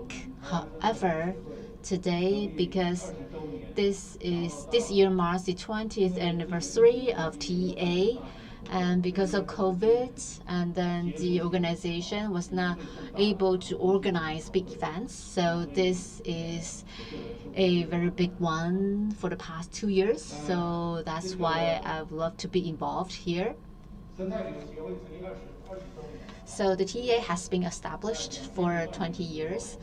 In 2002, that's the year of ecotourism in Taiwan. And the government was prepared to launch that in the year 2001. And Mr. Chen, as well as our previous president, Mr. Guo, at that time, they served at the executive branch of the government. So in the executive branch, they were encouraging the government to promote ecotourism. And the UN in 2002 launched the International Year of Ecotourism. So that is why we saw the development of TEA in the year 2001 to be prepared for 2002 as the first year of the Year of Ecotourism in Taiwan. And for the past 20 years, I had the fortune to be part of the government and the private efforts in promoting ecotourism. So I would like to take this opportunity to meet all the old friends here. So I saw that Director General Ma here. So actually, I've known him for a long time. In the year 2001, when the TA was established, he was serving in the Tourism Bureau, and then he helped us to draft the charter of the organization. So he is really a very important figure for the establishment of TEA. We got a lot of administrative support from Director General Ma. So I really want to, show my appreciation to his great support to the organization. So today I will be talking about the regeneration of the industry. So I would like to share my personal views with you. And we know that because of COVID, according to the World Tourism Organization report, we see that from January to July this year, because we see the relaxation of the COVID conditions, and then because of the relative prevalence of vaccinations, so some countries have opened their borders for travelers. So compared to 2020, compared to 2 years ago, we can see the number of international travelers decreased by 80%. If we compare to the same period last year, it was a decrease of 40%. So this is the current situation of world traveling. So we are thinking about what will happen, after the pandemic is over. So I would like to tell you about my personal view. So what are the highlights here? Well, I think it's like when I see a beautiful person, beautiful lady, she will catch my eyeball. So that means that if you want to attract tourists to visit your community, you have to attract their eyeballs. So from 2017 onward, the government focused on ecotourism, and then 2018, the government focused on coastal line travel, and then from 2019 to 2021, it's about small town traveling, and in 2022, it's about railway traveling. So in terms of preparations, we have to think about, do we want to first attract international tourists or domestic tourists? I know because of travel restriction, it's not easy to get international tourists, but we really have to broaden our horizon. We shouldn't just focus on domestic travelers, because we don't just want to make money from our own people, want to make foreign reserves. So we want to make money from foreign tourists. So we have to aim high and attract international tourists. So should we focus on hardware first or software first? So I listened to the two director generals, Miss Huang and also Mr. Ma. So I was really, I really admire their thinking, their, software-oriented thinking mindset, because they're not, only thinking about, hardware, because hardware has to be, closely knit with the local communities. You have to identify first the local strength first, and then create a hardware accordingly. So I think the two director generals have very correct direction. So they are really they really first established a strong foundation and then build upon that foundation. So today we've been talking about sustainable tourism, and then we've been talking about ecotourism. So this is about the niche market.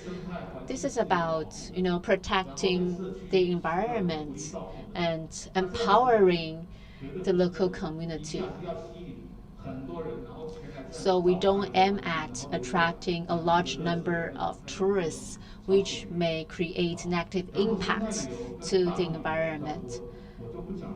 So, it's important to create an in-depth traveling experience instead of a speed tourism. So we don't just want to create a speed tourist package.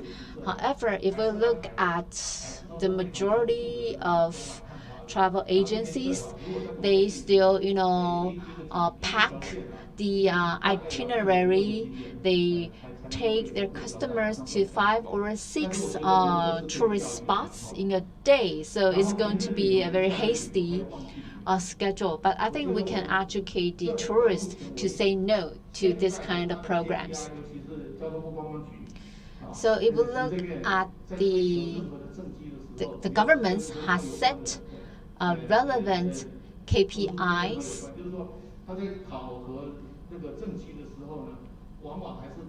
to, well, of course, the number of people is an important consideration for the government. They want to see the increase of the number of tourists. However, if the increase of number cannot be translated into real profits, then really it's not going to be feasible, because it's not going to benefit the travel agencies or the local community. And Director General Ma said that he doesn't agree with providing subsidies. He talks about providing quality value over the money spent. However, we can see the government are providing subsidies to, for example, weekend packages. So a while ago, the Tourist Bureau promoted a hot spring package during the winter. But we know winter is always the good time for taking a hot bath. You don't need to promote, and tourists will go. You are not actually creating too many extra benefits. So I think the government should spend their money wisely. If the government wants to provide subsidies or incentives, they have to do it for non-holiday packages. So encourage people to travel during non-holidays. And then, like what Director General Ma talks about, the different, popular scenic areas in Taiwan. So they were able to create very refined services for tourists. I think that's a very important factor. And also, it's important to have good aesthetics in designing itineraries. For example, maybe there is a popular restaurant somewhere in Taiwan, and then people will go there and check in on Facebook. The restaurant may be very beautiful itself. However, if you look at the larger picture, if you look at the entire community and everything, it looks ugly.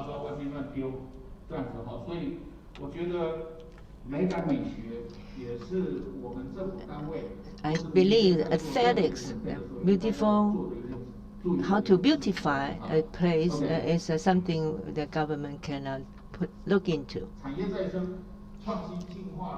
Revitalization, we talk about the direction, the task, and the approaches. I would like to elaborate on sustainability. As far as I see,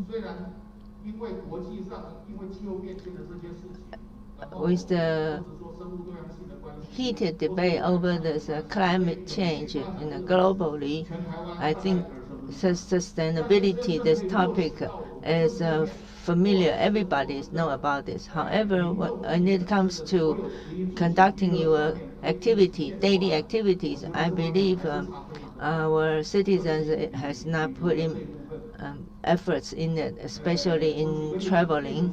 For example, a few years back, I was in the program with Huayu. Huayu is an island in the Penghu Island. Oh, Mandarin language program. None of this course, none of this instruction talk about sustainability. And people use disposable cups, disposable meal boxes. So the entire program is very wasteful, and there's nothing about the thoughts of sustainability or eco-friendly. Like yesterday, our EPA speaker talked about this certificate.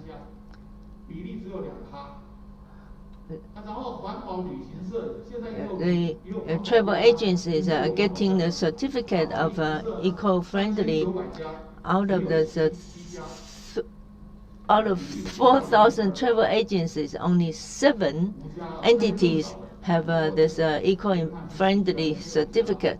So only 5. Yesterday I saw this number 7 in the slide. And this certificate is gold, silver, and bronze level. And entire Taiwan only have 1 travel agency has a gold certificate. And we also have what we call a carbon zero packages of tourism programs. I think only these ladies travel agency can claim to be engaged in a sustainable tourism. And there is a travel agency. They make a claim about serving this top of this pyramid. As they say, well, we are going to give you a bottle of mineral water that's coming from the Alps. The water is clean, pure, all the way from the Alps, high mountains. But that's very wasteful. Just imagine there's a carbon footprint that the bottle of water would generate.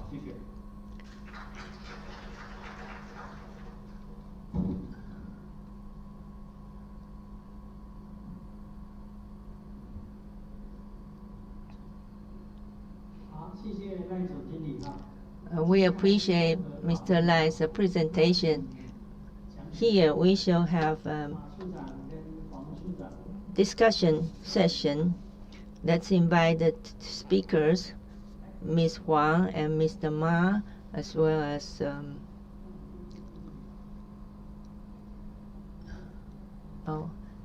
to be on the stage, and Mr. Lai.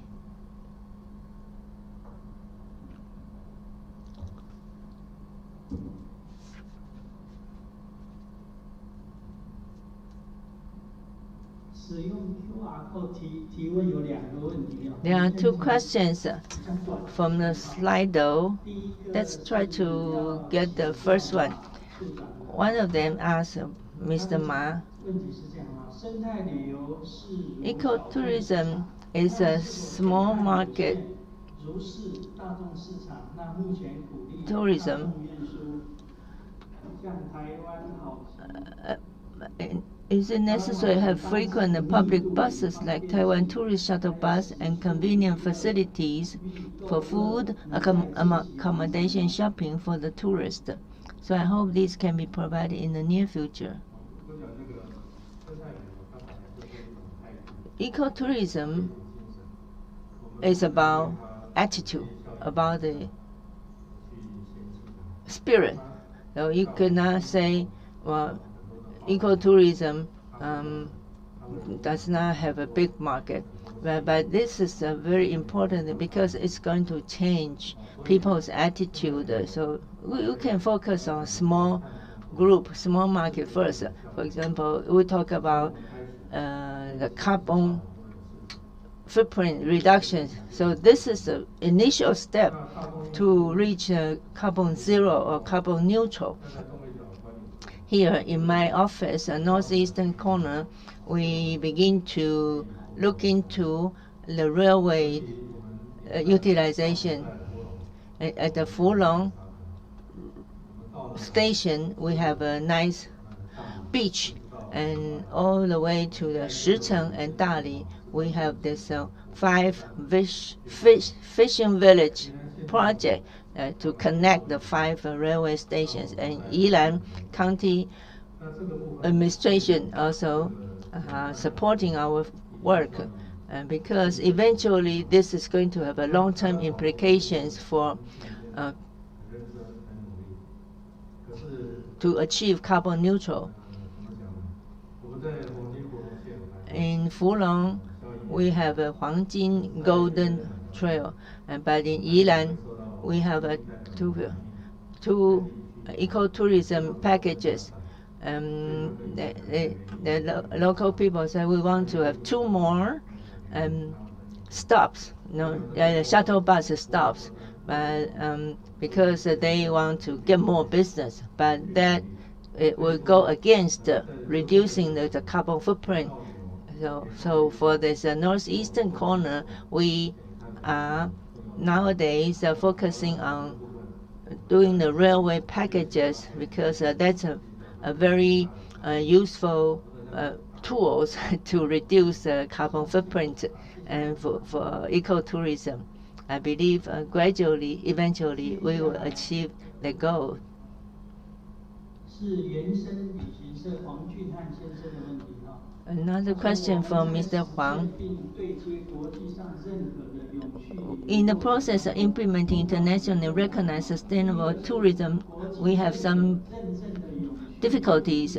First is that few internationally recognized or certified sustainable tourism destinations or eco-hotels and sustainable restaurants. Can the government make more effort in this area, at least in the initial stage of promotion? Can the government provide incentive for the industry to participate in sustainable practices? Second difficulty is that sustainable tourism guidelines can be referenced by the public are not comprehensive. For example, what the sustainable guidelines for tourism of national trails, national scenic areas, or forest recreation area, what are they? Not just tourists, it seems difficult to find out which sustainable practices are available for tourist destinations to follow. Can the public sector provide us with better guidelines?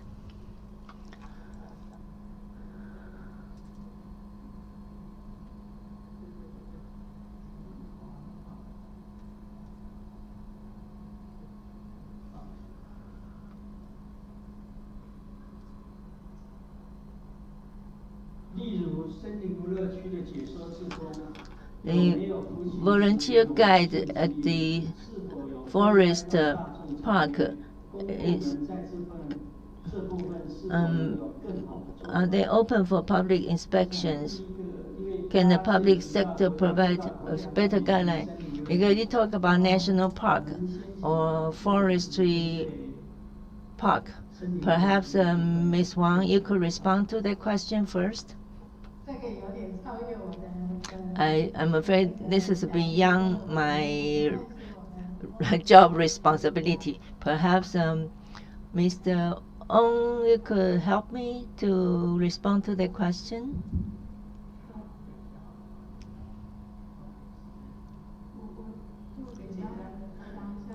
Yeah, I'll give a brief answer. You talk about this recreational area or public trails or outdoor activities for people do their activities in the mountain areas. There are 7 guidelines, and this is the foundation, or what we call the ethics of behaviors for tourists, and that was formulated in 2002. But nowadays, for ecotourism, we have additional updated guidelines more recently.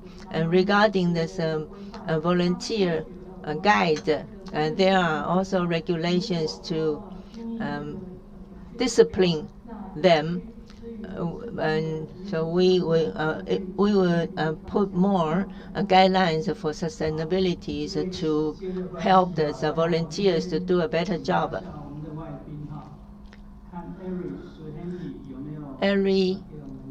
Ari from Indonesia, do you have any response or comment? Yes, thank you very much. I think I can just sharing about the how that Indonesia doing for that, for the sustainable tourism. Actually,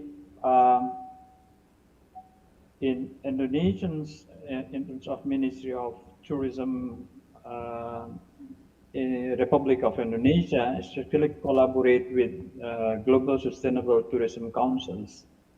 And then we then agreed to set up the system. Then we developed together the standard and developed the what we call Indonesian Sustainable Council. This is back in 2018. So then the Indonesia Sustainable Tourism Councils then developed the Sustainable Destination Guideline based on the sustainable tourism, destination sustainable tourism criteria and indicator, which is created by the GSTC.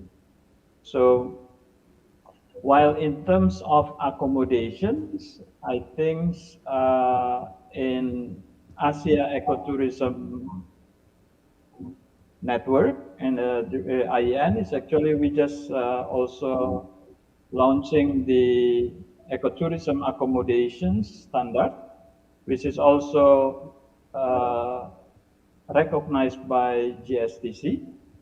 And I think in this case, actually IEN is still in the process open for the lodging accommodation who wants to do the voluntary exercising to implement the sustainable, the accommodation ecotourism standard. You may can talk later on with Mr. Chen in about that later on, or in this forum also there is Masaru Takayama as the chair of the IEN. I think that is my experience, my comment for standard. I think yes, for sure, standard and certificates of the certification is another important thing that we need to think about. Thank you very much. Thank you. 刚刚延伸旅行社这个问题是综合性的。So that question is a very comprehensive one. So I think it involves many government agencies, for example, the Environmental Protection Agency and also the Forest Bureau. Maybe we can discuss that question further in the next session, which is general discussion. So I will end this session here. Thank you very much. I want to thank our 3 speakers today for session 4.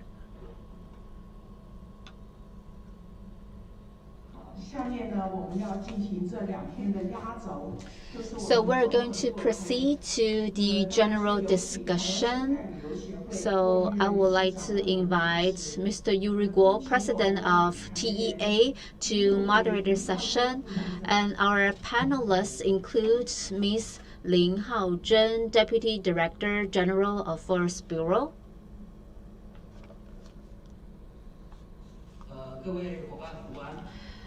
Ladies and gentlemen, good afternoon. I don't have a beautiful mask like what Mr. likes, so I'm not wearing mine. So during lunch break, I talked to someone here. So we are proceeding to the last session of the day. So we want to make people more relaxed. So I took off my jacket, and all the panelists don't need to sit on the stage to answer these questions. I think I would like to use session for open dialogue. So for any questions that you may have for these 2 days, any reflections or any comments you have, you're welcome to raise them during this 1 hour. And also, I think that for these 2 days, we have got a lot of learnings, and we can use these learnings for facilitate our future promotion of ecotourism in Taiwan. And the TA will continue to follow up on the suggestions and comments that we receive for these 2 days.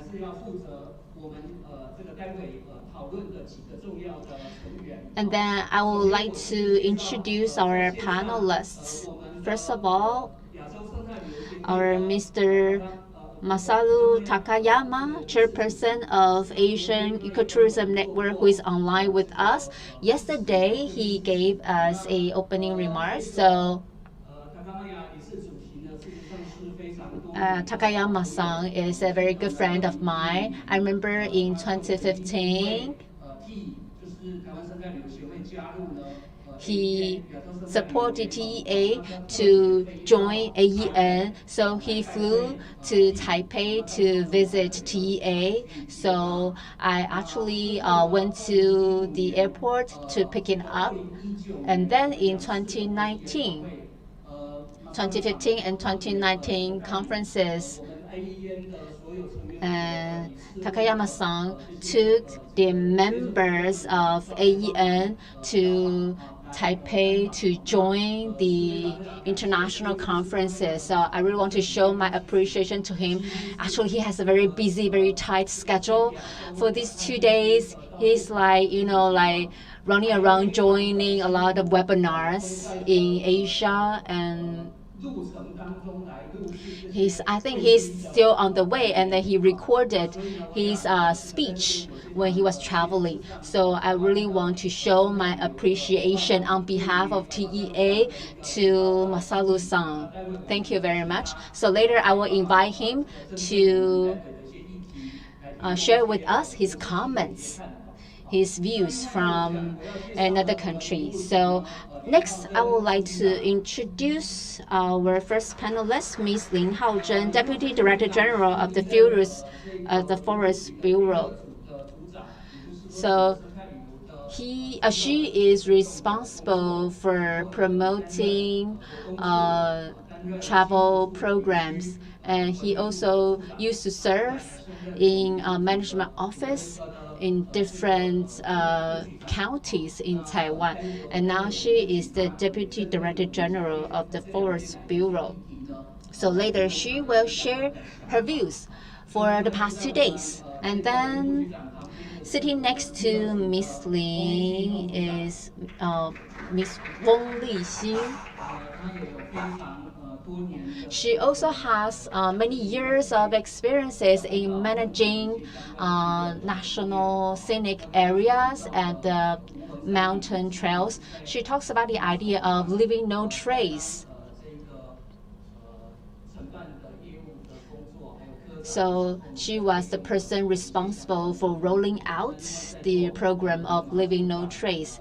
And then Deputy Director Ma and Mr. Zhang, I think they're all familiar faces to you. And the next, I would like to introduce Ms. Xie Yunmiao, the Managing Director of Cola Travel Agency. So we would like to invite you to give us some comments later. And then Deputy Director, Director General Huang, I think you know her very well. And then Ms. Lin, the director from Mingchuan University. And then we can see that she is the Vice President of TEA, and also Ms. Jenny Lin, CEO of Ecotour Taiwan Travel Services. She used to be the Secretary General of TEA, and she is the Deputy Director of TEA. So all of you are welcome to share your comments with us. So for these 2 days, well, because during the discussion which just happened, and then we discussed some questions already, and then here I organized 9 questions here for us to brainstorm. And I hope that maybe any one of you can supplement my 9 questions into 10. And then later, the panelists don't need to respond all of the 9 questions. I just listed some important points which I observed from these 2 days. so that you can talk about the topics of your interests. I'm sorry, I want to apologize that there is a very important panelist today who I forgot to introduce. And then we have Mr. Huang from the National Park Administration. Because he's sitting in the back, I didn't see him. I really want to apologize. So he's a good friend of mine. So we are working together on promoting the affairs of national park protection. So these 9 questions are a summary of these past 2 days. And we know that in response to COVID, we think that we need to think about these trends for the future of ecotourism. So I briefly talk about these 9 questions, and then I will invite the panelists to share with us your views. And also our participants are also welcome to raise their thinking as well. And the first one is due to the dual impact of the pandemic and climate change. We can see the local energy conservation, global energy conservation and carbon reduction is very important. Yesterday, we have a very important international speaker talking about, the future of tourism will be eco-friendly and responsible, and the tourism needs to bring high value and low impact. We have to think about ecotourism. This is a trend for our serious consideration. So we can see that we have representatives from management offices for example, national park or national scenery areas. So from the perspectives of government agencies, scholars and experts, and the tourism industry, what efforts and deployment can we make? Because this is an international trend, and we can see that it's important for us to deploy early on so that we can be a winner in the end. So we have to prepare ourselves to capture the future trends. And the second question is in response to the COP26 organized in Scotland and the net zero emissions goal by 2050. And from the perspective of governments, academia, and the industry, what can we do to respond to the UN SDGs and the reduction of carbon emissions in order to work with the international community? For example, we can sign the Glasgow Declaration.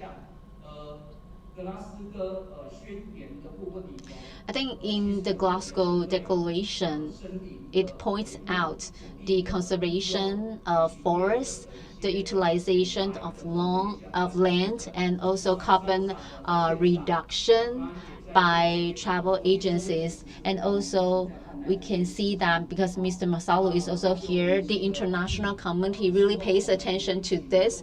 So he hopes that Taiwan can also sign the Glasgow Declaration. And of course, we will follow the international community to sign this declaration, and we will propose concrete action plans within 1 year. So by working together, we can help contribute the goal of net zero by 2050. So I would like to ask Masaru-san to add more on this later.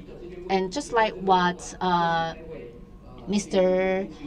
Liu said, so you are also welcome to reply to this question. And number 3, the UNWTO calls for the use of tourism to assist in the achievement of certain sustainable development goals, SDGs.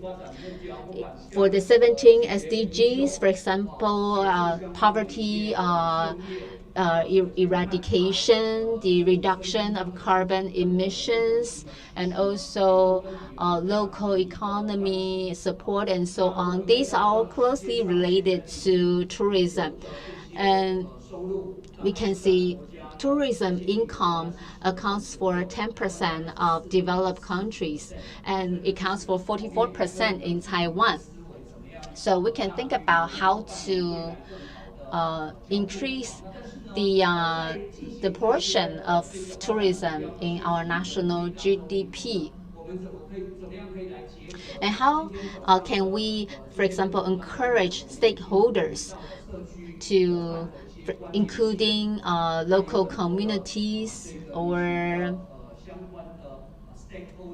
travel operators, these stakeholders, how can we encourage stakeholders to participate in the development of ecotourism and gradually achieve relevant sustainable development goals? For example, in the morning, we we learned that some senior people joined ecotourism programs, so they were able to generate income for them. So that's related to one of the UN SDGs. And also we talk about over tourism and its impact on the environment. Like Thomas mentioned that the over-tourism management strategy includes policy formulation and encouragement, such as encouraging non-holiday tourism, subsidies, and tax incentives. For example, you can think about how to reduce over-tourism, how to reduce carbon emissions, how to provide usable incentives. And also in some countries, they use tax incentives to reduce the impact of over-tourism. Also yesterday, we talked about carrying capacity research, monitoring, booking system, and dynamic tourist management, green and friendly environmental actions such as the use of electric vehicles or eating local food. So I think, well, we have to think about which of the above actions can be used in the management of tourist attractions in Taiwan to reduce the impact of over-tourism on the environment. And then Bhutan is a very good example. Bhutan uses the World Happiness Index, and because Bhutan is high on the index. So Bhutan uses the World Happiness Index and the world's first carbon negative country to shape the national tourism brand. So they only serve 330,000 tourists with a manpower of 50,000 staff in the tourism industry. So how can we use, what kind of image can Taiwan use to shape Taiwan's tourism brand? So we could do some of the advanced planning in order to improve Taiwan's tourism to get the new highlights, bright spots of a destination. Now, Ms. Lin talked about slow travel. I believe you understand what I mean. There has been an important trend recently. How do we incorporate the input from various sectors, like from the government, from the academia, and the business operators to encourage this kind of a slow travel? Number 7, how do we instill this idea of green life for all to promote green tourism? Some people advise me to avoid talking about something, but for the government, it requires a horizontal coordination but the government is lacking in particular this. For example, EPA is doing something. If we agree with their target, perhaps we could also coordinate to work with the EPA in a concerted effort. I think there are some areas that we could have more horizontal coordinations among government agencies. And early on, people said the gold level sustainability travel agencies, there is only one. And silver level only two, and so on. So which means out of 4,000 travel agencies in Taiwan, there are very limited numbers of travel agents who qualify to be carriers of sustainable ecotourism. I think there must be ways to do so. And then number 8, this morning we talked about community-based ecotourism. We could do a lot of tasks such as in conservation or in cultural promotion or the passing on of their traditional culture or legacy. And so we want to help this community to achieve their local deep economy. And number 9, this COVID-19 pandemic have a lot of negative impacts on our industry. And so we are looking for ways to help to coordinate among various sectors to get the new directions. And I think there must be ways to summarize this future effort. And so I take this opportunity to share with you my thinkings, my ideas. And of course, it's not impossible to solve all this problem in 30 minutes. And a friend told me, "Oh, these 9 questions are like huge questions." But I believe these are the directions that could use our thoughts. So we should put our heads together and to try to formulate a new direction after the pandemic, because it takes a lot of resources to have this meeting. So not just for 2 days discussion and exchange of ideas, rather I want to see some more lasting impact for after this conference. And before we engage into internal discussions, perhaps I could ask Masaru-san to offer some ideas. It's your turn, Mr. Takayama. Hello, yes. I have been listening to all these questions, and it will be difficult for me to address, just one question. There are some answers I may be able to help provide, which are, which are not just addressed to one, but a few questions that's been raised. For example, I also heard about destinations trying to work with the standard. And I think it's very important that people realize before talking about ecotourism or sustainable tourism, I think there's a very similar situation in Japan. There are a lot of people who are working for tourism, and they want to convert, their tourism into more sustainable development.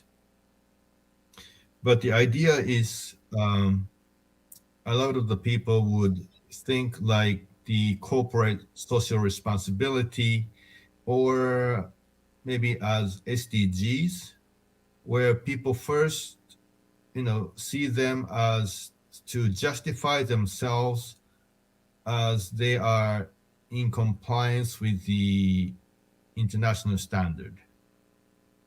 So a lot of the work has been done, and they would compare and contrast and deliver some results in the document.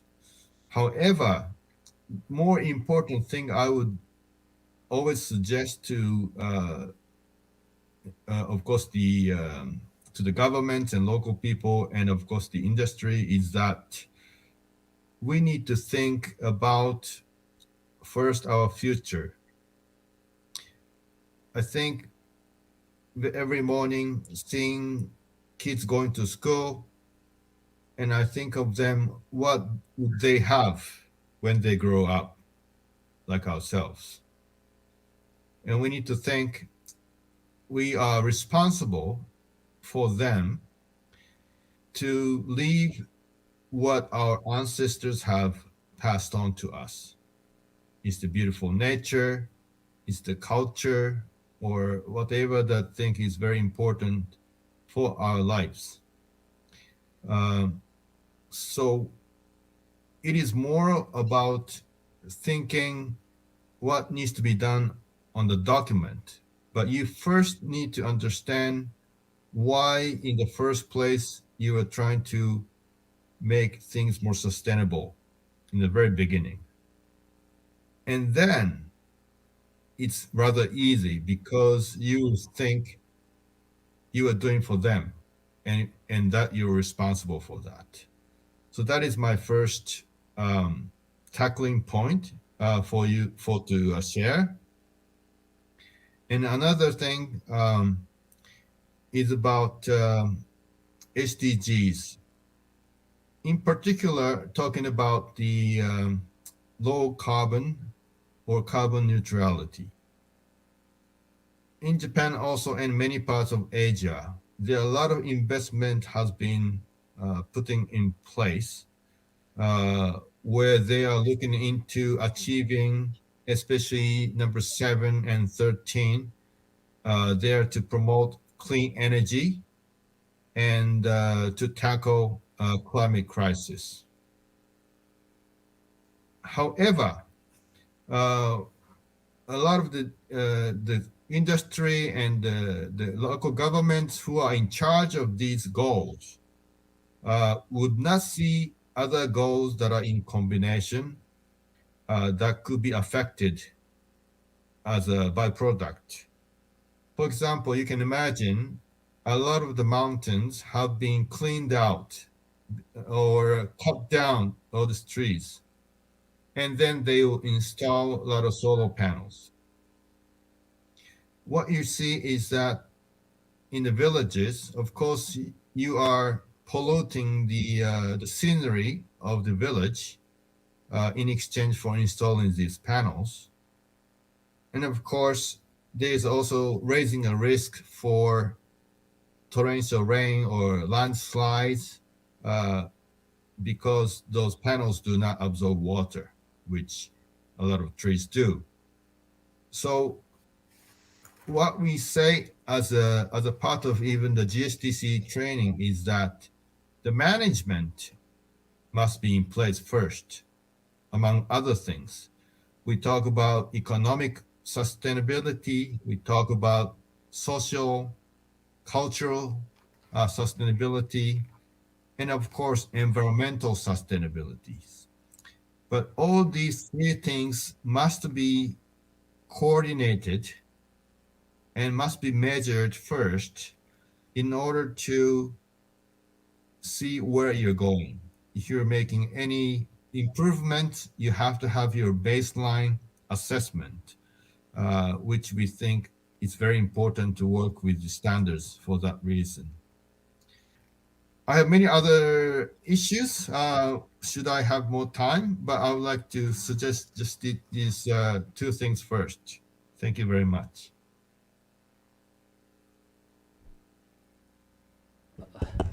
Thank you very much. Yeah. If we got some times, I will let you talk about your opinions later. OK？ 我们时间的关系，我想我就接下来我是不是请林副主。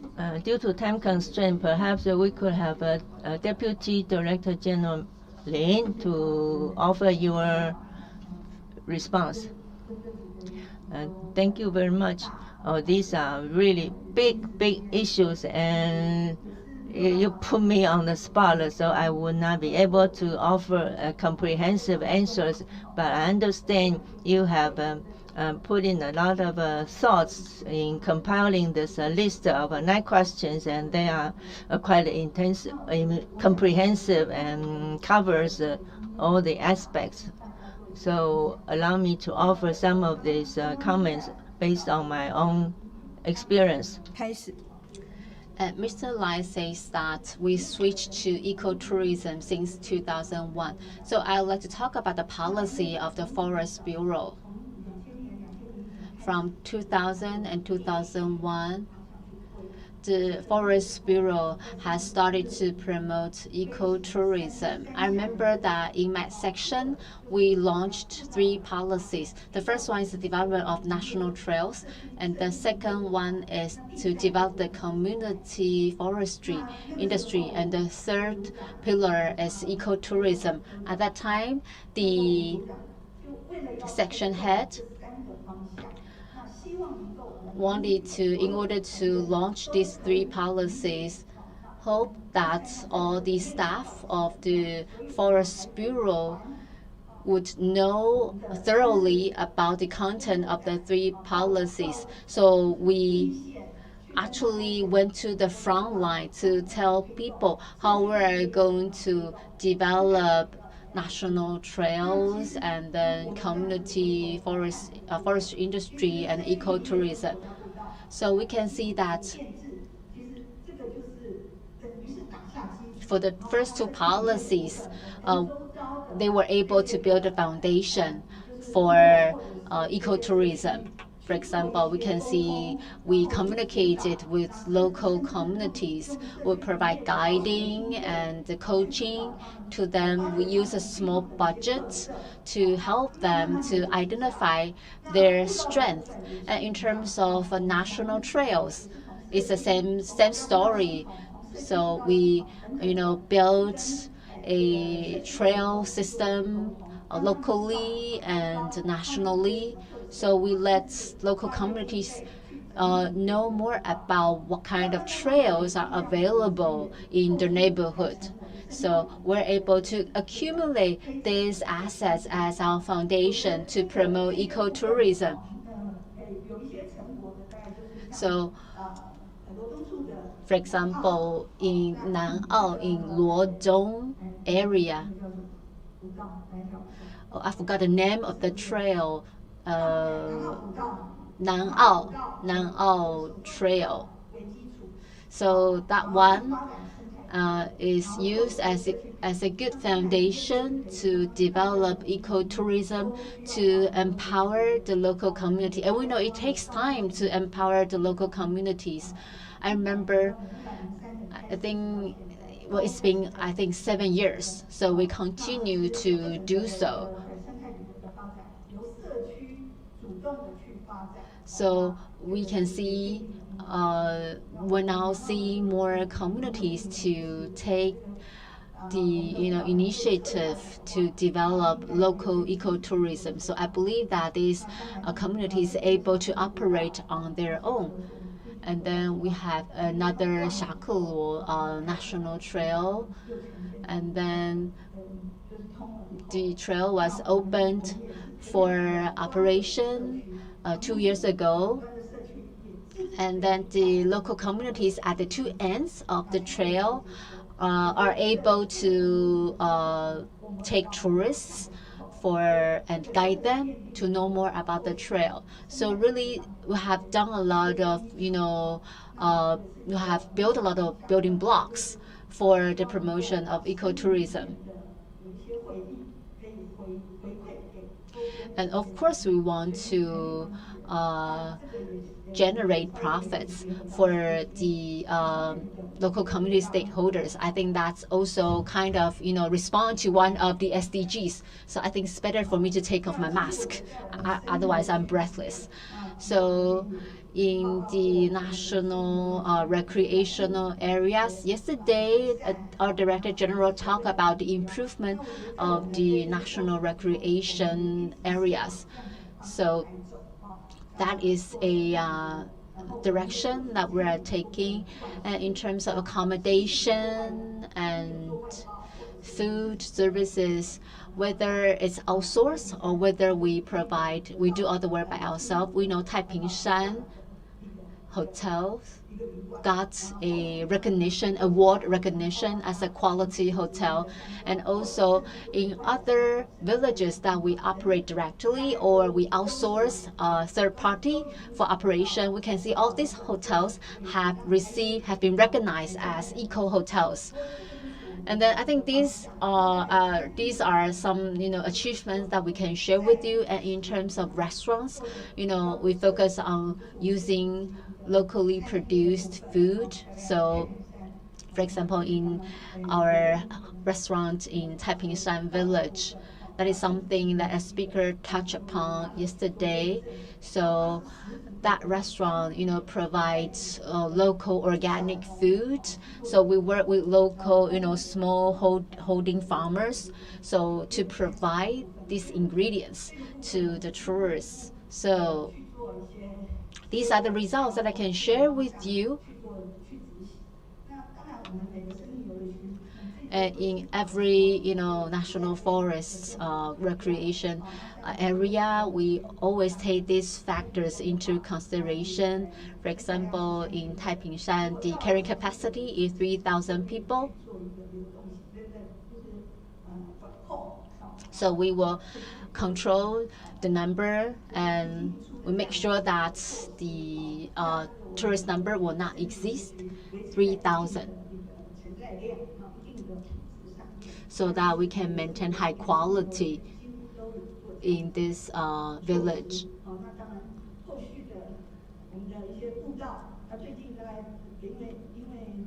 And in terms of trails, because of COVID-19, I know people love to go to the mountains. So we can see that the carrying capacity of some trails was exceeded. There were too many people there. So we are trying to control the number of tourists. For example, there is a famous Mocha Mountain, or Green Tea Mountain in Yilan. So it's a very popular destination. So we're trying to control the number of climbers to that mountain. So I will stop sharing now. So maybe later I can respond if there is extra time. But from the 9 questions listed, I hope to hear from the stakeholders in the travel industry to provide us with your feedback so that we can include your feedback in our policy making. Thank you. Thank you, Deputy Director General Lin. So next, I would like to invite Deputy Director General Ma to respond.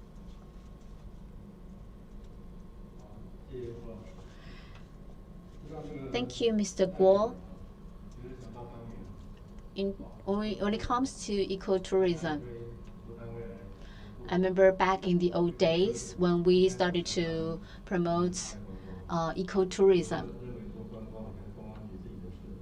But if we use the word tourism, we think it's the responsibility of the Tourism Bureau. But actually, it's a collective effort of different government agencies. So although in my presentation, I didn't talk about ecotourism directly, but I want to let you know that for the Tourist Bureau, we ecotourism is embedded in things that in the way we do things. For example, in Taiwan, there is a list of 100 top 100 destinations. When we design these destinations, we encourage the industry to get a green label, green certificate. And not many of them got this certificate, but I think people can see the value of the green certificate, and then more and more operators would follow suit and get this certificate. So before we talk about the management of the carrying capacity, and then we think about how many people can be accommodated in a specific area.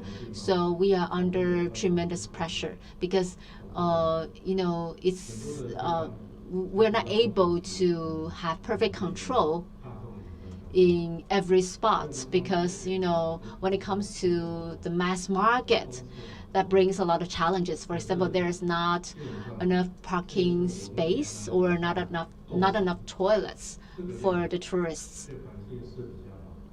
So in our policy, we set a acceptable level for a specific area. So if there are more tourists there, more than acceptable, then it's going to be, it's going to bring negative impact to the local community.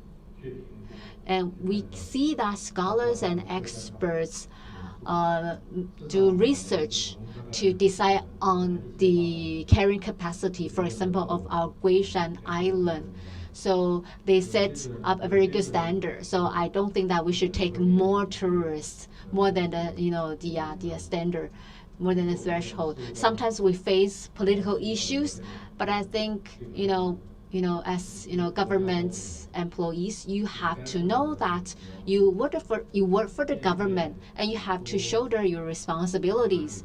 When you are faced with pressure from different counties or villages, but you have to be able to face up to the pressure. I think in every government agency, we have to do our job well. So every agency, if every agency can perform its task well, and then that means we can all together we can do a great job, because you have to use your judgment to see how to deal with pressure. For example, like green destinations in Northeast Scenic Area Management Office, and then Bert Liu. Well, he talked about a hardware facility in central and southern Taiwan. So it's really, a hardware facility that doesn't fit in the local community. So I think we should not repeat the same mistake. So maybe we made some mistakes along the way.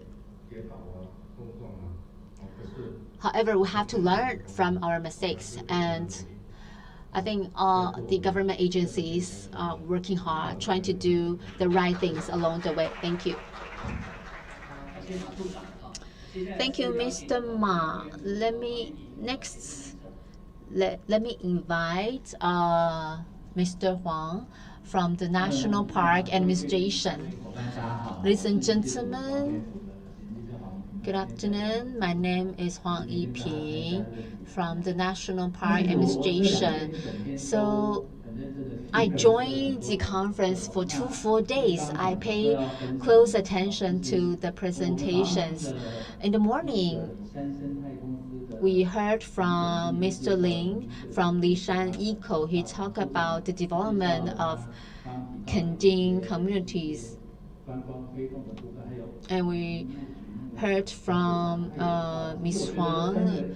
And in the morning, from the 3 presentations, it's about collaboration with the local community. And also in the morning, we hear from Peter. And also, like what Mr. Lai said, that the TEA has been established for 20 years.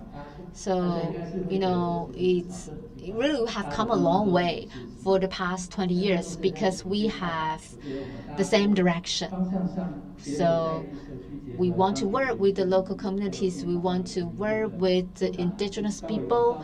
In the morning, we have the moderator from the Council of Indigenous Peoples. So I think that for the government agency, we all have the same direction. I think that's really a good thing. And in terms of the management of national parks, we talk about the carrying capacity. So I think at Paiyun Village, the carrying capacity is 116 people. So, tourists need to get a lucky draw to be able to admit it to the mountain village. And also, Mr. Ma talked about the Great Shan Island. And I used to work in the tourism bureau. So in the beginning, the carrying capacity was not as high as now.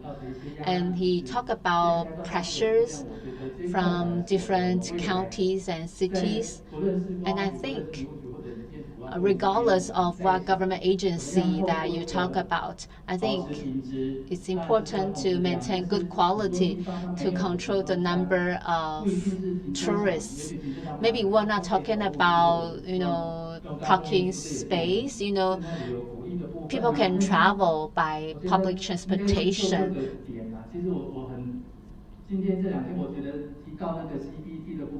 So I heard from the idea of CBT, from local to global. If I can attract people to make booking and to wait for a long time, and that means that they will be more excited when they are really finally able to make the trip.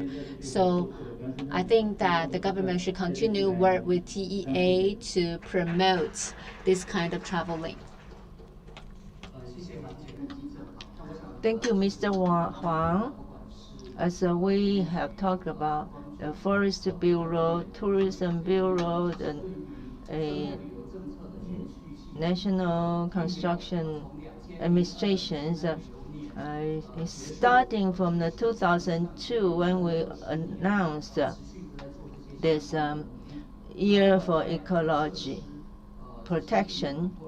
So over the past 2 decades, we have come a long way. We formulated a lot of institutional frameworks and some practical guidelines to help people move in that direction. I would like to hear some comments from the academia. Maybe I would like to invite Chairwoman Lin Qinglong from the Mingchuan University Tourism Department to offer some ideas.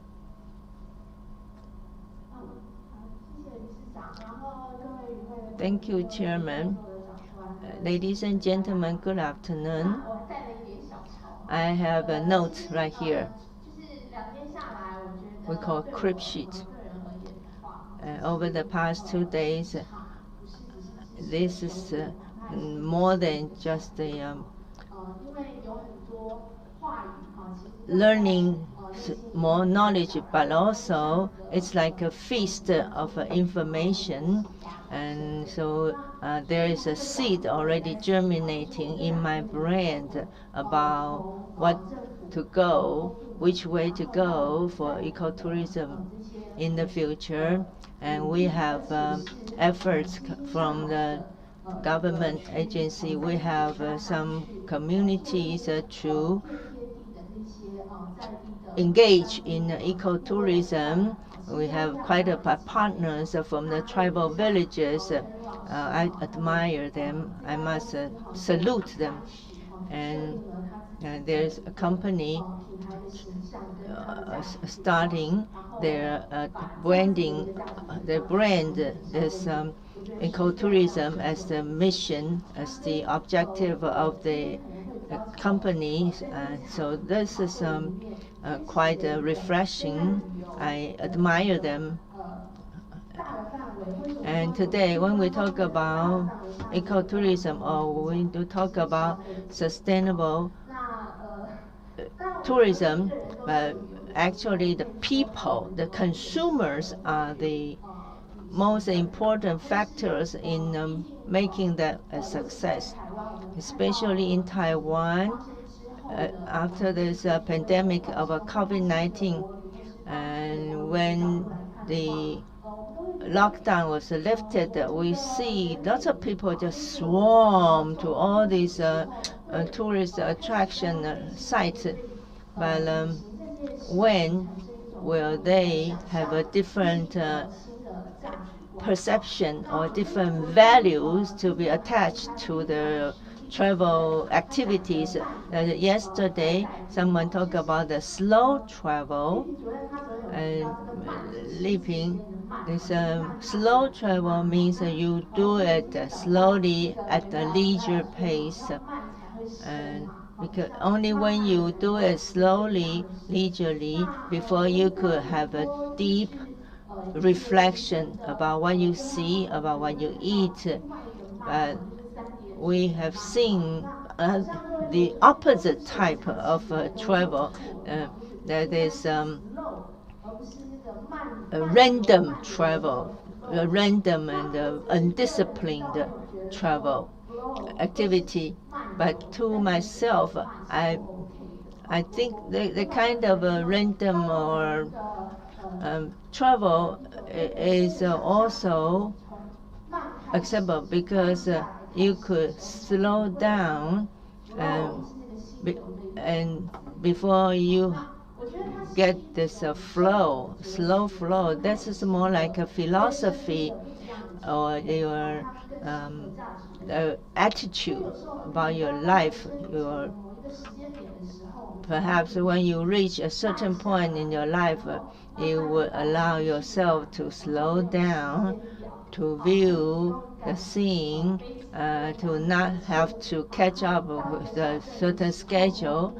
And when you go to a small town, you could just stroll around to see a different side of the village. You could slow down in order to look randomly, in order to appreciate. But nowadays in Taiwan, we have the majority of the consumers are still under the impression that you travel, well, you have to hurry up, have to catch a plane, catch the train, to adhere to a certain fixed schedule. So we believe it's going to take a while before the consumers they have this mentality to slow down, to gradually have the low carbon, responsible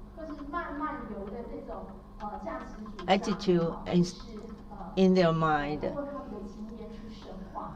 in order to have a deep appreciation, to immerse in a slow experience. But I think it's going to take a while.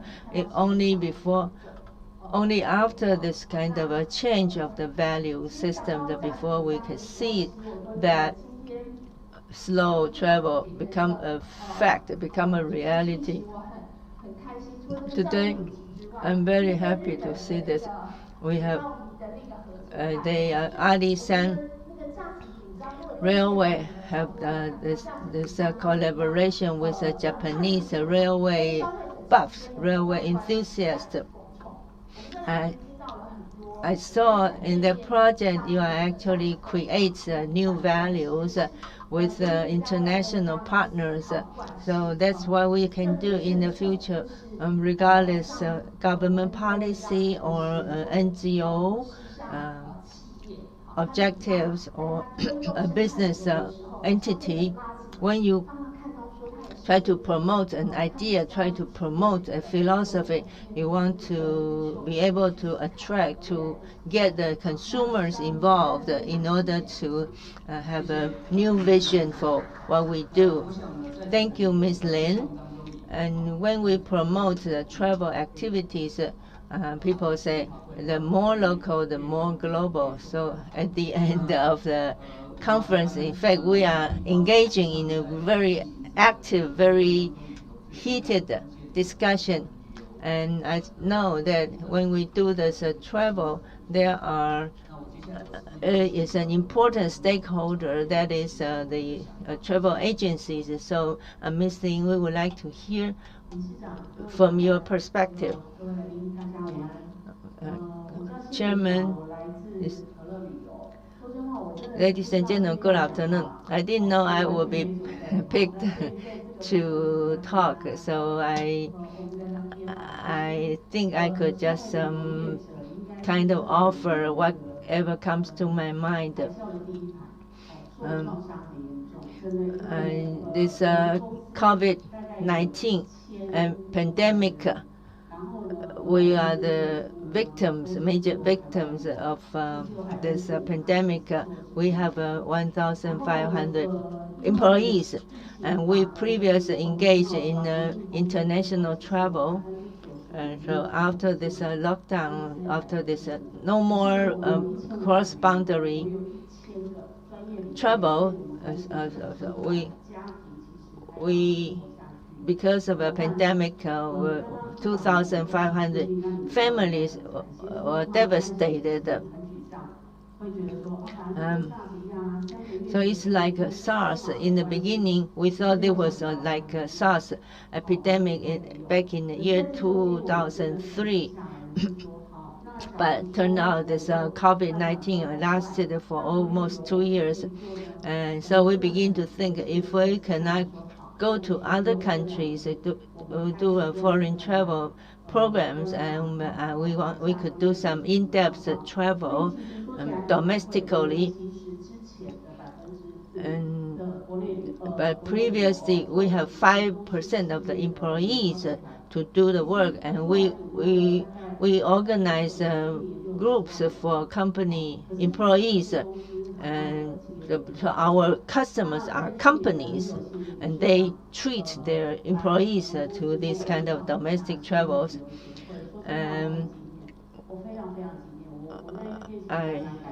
I was deeply moved when somebody come to me to ask to do this Ali San.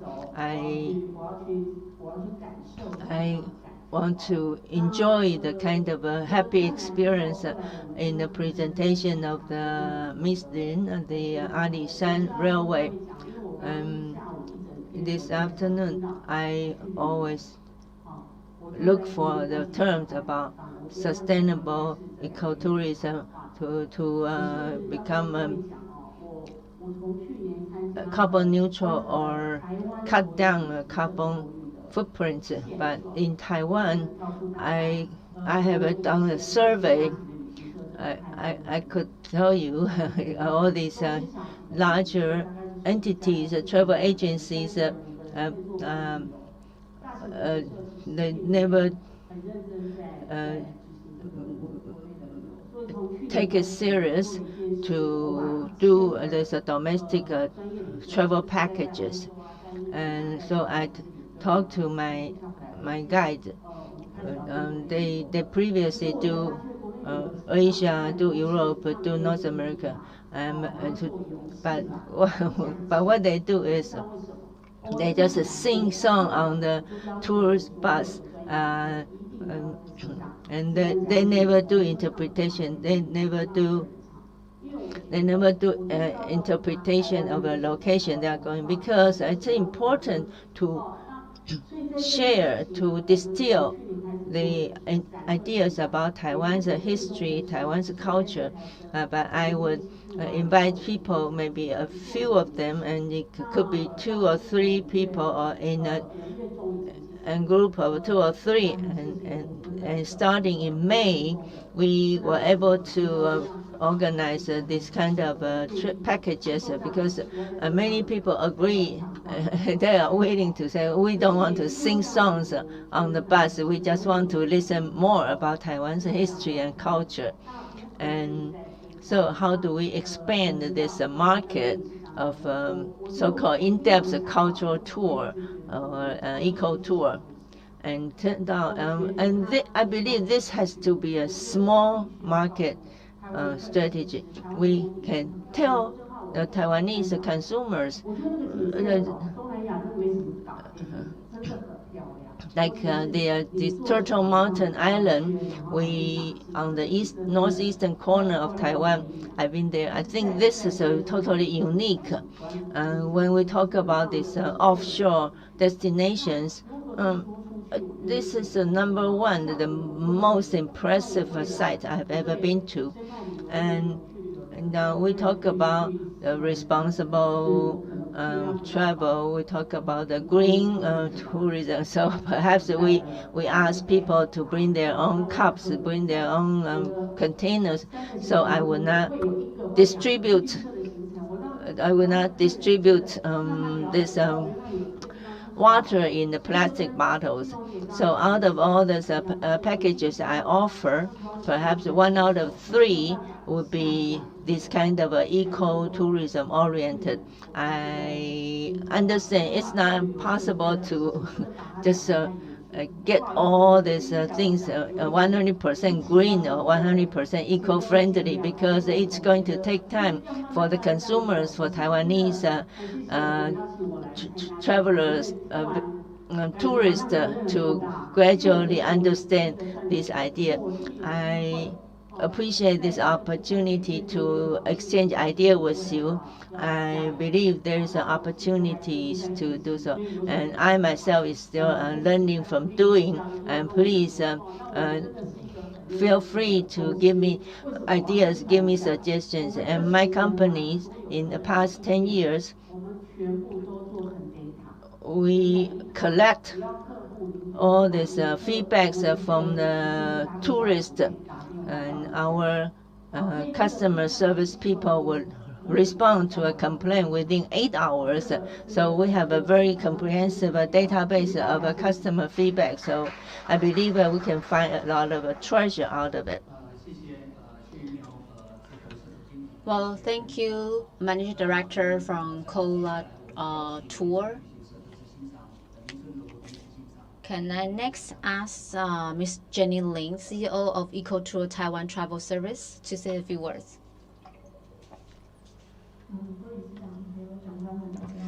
Mr. Guo, ladies and gentlemen, and also our friend online. Hello, I'm CEO of Ecotour Taiwan Travel Service. And actually, I joined the TEA for 20 years already. And then I want to thank all the supports given to the TEA. So I've been in this tourism business for 40 years. So in the beginning, we promoted knowledge-based programs, and then gradually we see ecotourism has become a larger part of it. And we talk about SDG, we talk about net zero by 2050. It seems that we haven't been able to hear voices from the tourism industry. So we want to play the role as a leader to take the industry along to combat climate change. So 6 years ago, when we established our company, we focus on eco-friendly, low-carbon emission, and so on. And we work with the public sector to promote relevant projects. So we work with, for example, the Forest Bureau to roll out projects. Actually, in the management office of the Forest Bureau, we can see people formed ecotourism alliances.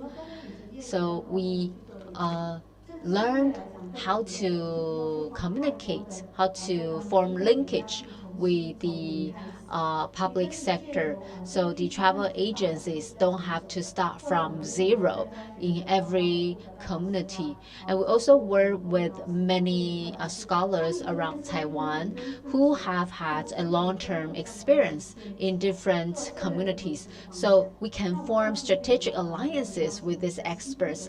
And this year, we are really happy to be able to form strategic alliances with 6 management offices. And then as of the end of this year, we have formed strategic alliances with 11 national recreational areas. So we are able to work with local communities, and we can see the communities will serve specialty meals for the tourists, and then we're able to contribute back to the community, and then we preserve the economy, and then we have to make sure that we share the benefits to the local people. Only by doing so can we, move forward for a longer time, and then we encourage the government to formulate relevant policies. And then we want to, of course, propel the idea of circular economy. We work with the Agricultural Council.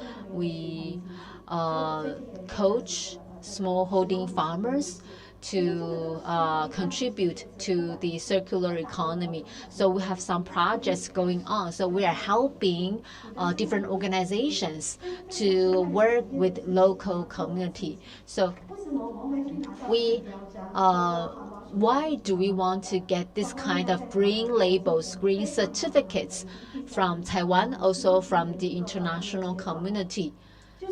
This is because, by doing so, we have to really come back and, review ourselves to see, whether our behavior meet the standards. For example, the AC we use, the paper shredder we use, they all meet the green standards. And also in our company, we don't provide bottled water to our customers. And also, and then we print paper documents, paper guide, paper programs to the customers, and they say they don't need a paperback document. You just give me the electronic file, that will be enough. So I think we have to do every little thing that is possible. We save on the use of paper, and then we can save electricity, water, use of paper, so we can drive down our overall costs. And our customers are actually monitoring us to see whether we are more, eco-friendly. So it's important to get the feedback from the customers and from the communities. And we sign MOUs with local communities. And then so that we can seek common goods. And then, well, actually this year, we can see that in my organization, we operate more than 40 green trails in Taiwan. And then we know it's difficult to identify green hotels or green restaurants. So because we take tourists to scenic spots, and however, it's difficult to find even one green restaurant. So that we hope that the government can, help to train more restaurants to get the green certificate, so that we can get international recognition as a, green travel agency. And we can see there are more and more hotels which got the green label as green hotels. And like I say, there are very few green restaurants. And then because the government launched a stimulus program to encourage the national economy. And then yesterday, a speaker talked about encouraging people to dine at green restaurants. So more and more restaurants will be encouraged to get this green label. And then we encourage our restaurant partners to get the green label. And this year, a total of 15 restaurants have got the green label already. So that means we can work with different government agencies, including the Forest Bureau and the Environmental Protection Agency. So what we can do is that we can connect the dots. We can achieve common good. So if we want to meet the goal of net zero emissions, so first we have to do inventory. We have to calculate our carbon emissions. For example, if you take the high-speed rail, you can calculate your carbon emission on that trip, and then you can see how you can reduce the emission of carbon in other areas. For example, when we go take a familiarization trip, we try to take the high-speed rail, so that we will try to shorten our trips, and then we will utilize the high-speed rail route and station to reduce our carbon emission. So we really have to start from within. So you have to make sure that in terms of your organization operation, you have to follow the standards. So we have a lot of non-holiday packages because we encourage tourists to travel on non-holidays. And so we have successfully attracted a group of tourists who enjoy traveling on non-holidays. So that's my sharing with you. I hope that when we are planning our programs, we can think about how to minimize our impact to environment, how to maximize the benefits that we can bring to the local community. Thank you. So we listened to the two representatives from the industry. So I'm really moved because we can see that we have entered a new phase in which we see the industry and the government are working hand in hand to be connected with the international trend. So that is really happy news to see. So I would like to ask whether any participants from the floor would like to say anything. I'll first ask Mr. Chen to say a few words. I think the collaboration of the public and the private sectors is important to promote sustainable development, sustainable tourism. Well, the executive branch had a task force to promote ecotourism. And then at that time, there was a group of people who had out of box thinking. So they try to connect different government agencies. But that in the government agencies, they were very serious silos. The agencies didn't talk to each other. But today I heard from the Alishan presentation, I heard that they actually hired a Japanese consultancy company to do the overall planning for them. So that means for the government agencies, they work in silos. They don't cooperate. So there's a group of people who was trying to connect the different agencies. And at that time, there was a sustainable council, so which covered more work than just tourism. And in the end, this project was returned to the Tourism Bureau. So you can see that in this 2 days conference, we don't see the participation of certain government agencies because they were not involved with sustainable project anymore. And then we see the participation of more and more industry representatives. So really that's good achievement of the TEA. So I think the TEA can shoulder the role to, coordinate different government agencies. So I think the private sector can really play the role here. If the government is not able to do things, I think us as a NGO, I think we're capable of doing this. So we can play the role as a coordinator. Thank you.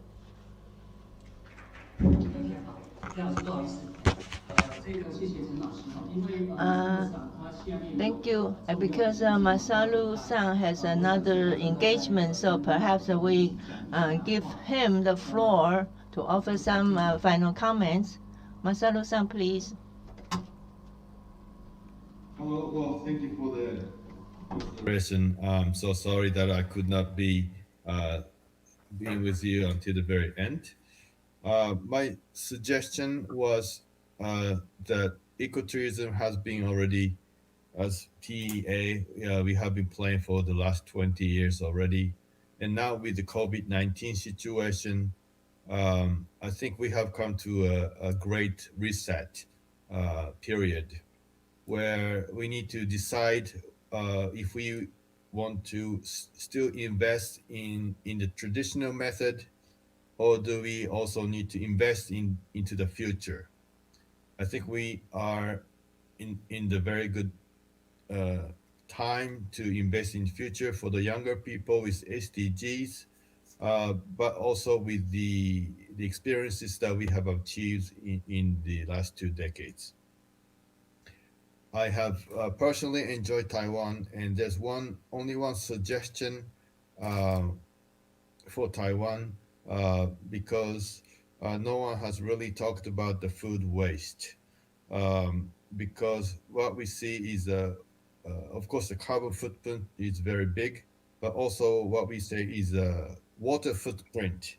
I hope that some of the TEA can look into the influence of the water footprint, which is defined as how much fresh water required to raise the food. So a lot of the Japanese and the rest of Asia, is particularly in Europe, people are staying away from meat production or eating, meat, and changing into less and less food and more vegetable-based food because of the environmental impacts. So with that, I wish you the very successful years to come for TEA, and every step away from you, we as an Asian Ecotourism Network will be there for you, and we would like to come see you again when things are better. So thank you so much, and we see you again very soon. Thank you. Okay, thank you, Masaru-san. Thank you very much for joining us. Thank you, Masaru-san. Looking forward to seeing you in Taiwan or Japan. 好，那请赖老师。时间关系，我简单。Due to time constraint, I will only spend 1 minute to respond to Kele Travel Agency regarding this small tourism or ecotourism. When we talk about a small number of people, meaning to have a small group. When we do the, but in marketing, of course, we still market to the general consumer, general public, but just because there's a huge market there. But when we actually do this, the groups, we are doing small groups. 我买说我现在最好的朋友是那个9人座车队。So nowadays I use a lot of this nine passengers small bus.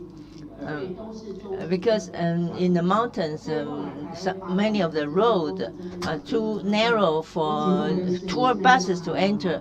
But the 9-person, the small, what we call a minivan, carrying 9 passengers, that's ideal.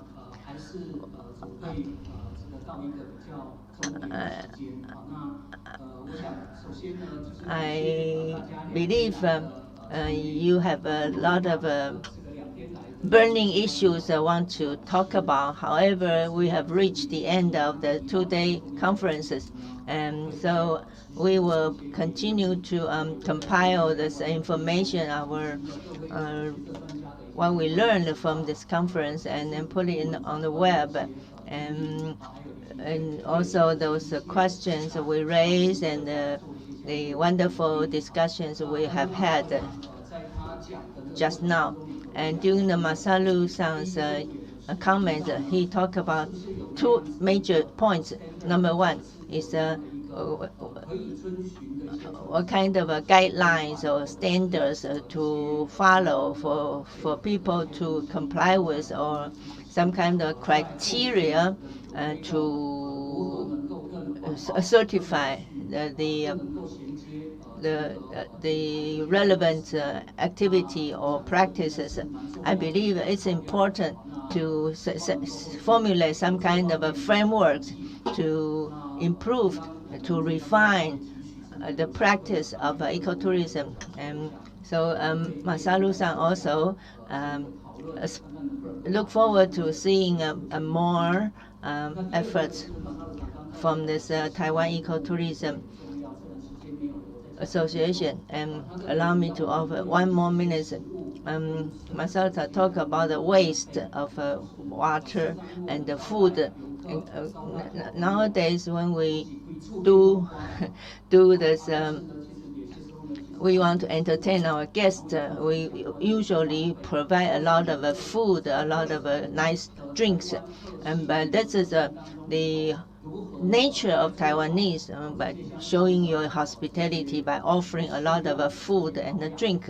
But I think in the future we could begin to refine these ideas, and by providing just the right amount of food and drink to your guests, that would be ideal to follow. So again, thank you for your feedback, thank you for your input, and perhaps we could come to get a group photo. So please come forward so we could have nice memories about the year 2021 at this meeting. Let's move forward.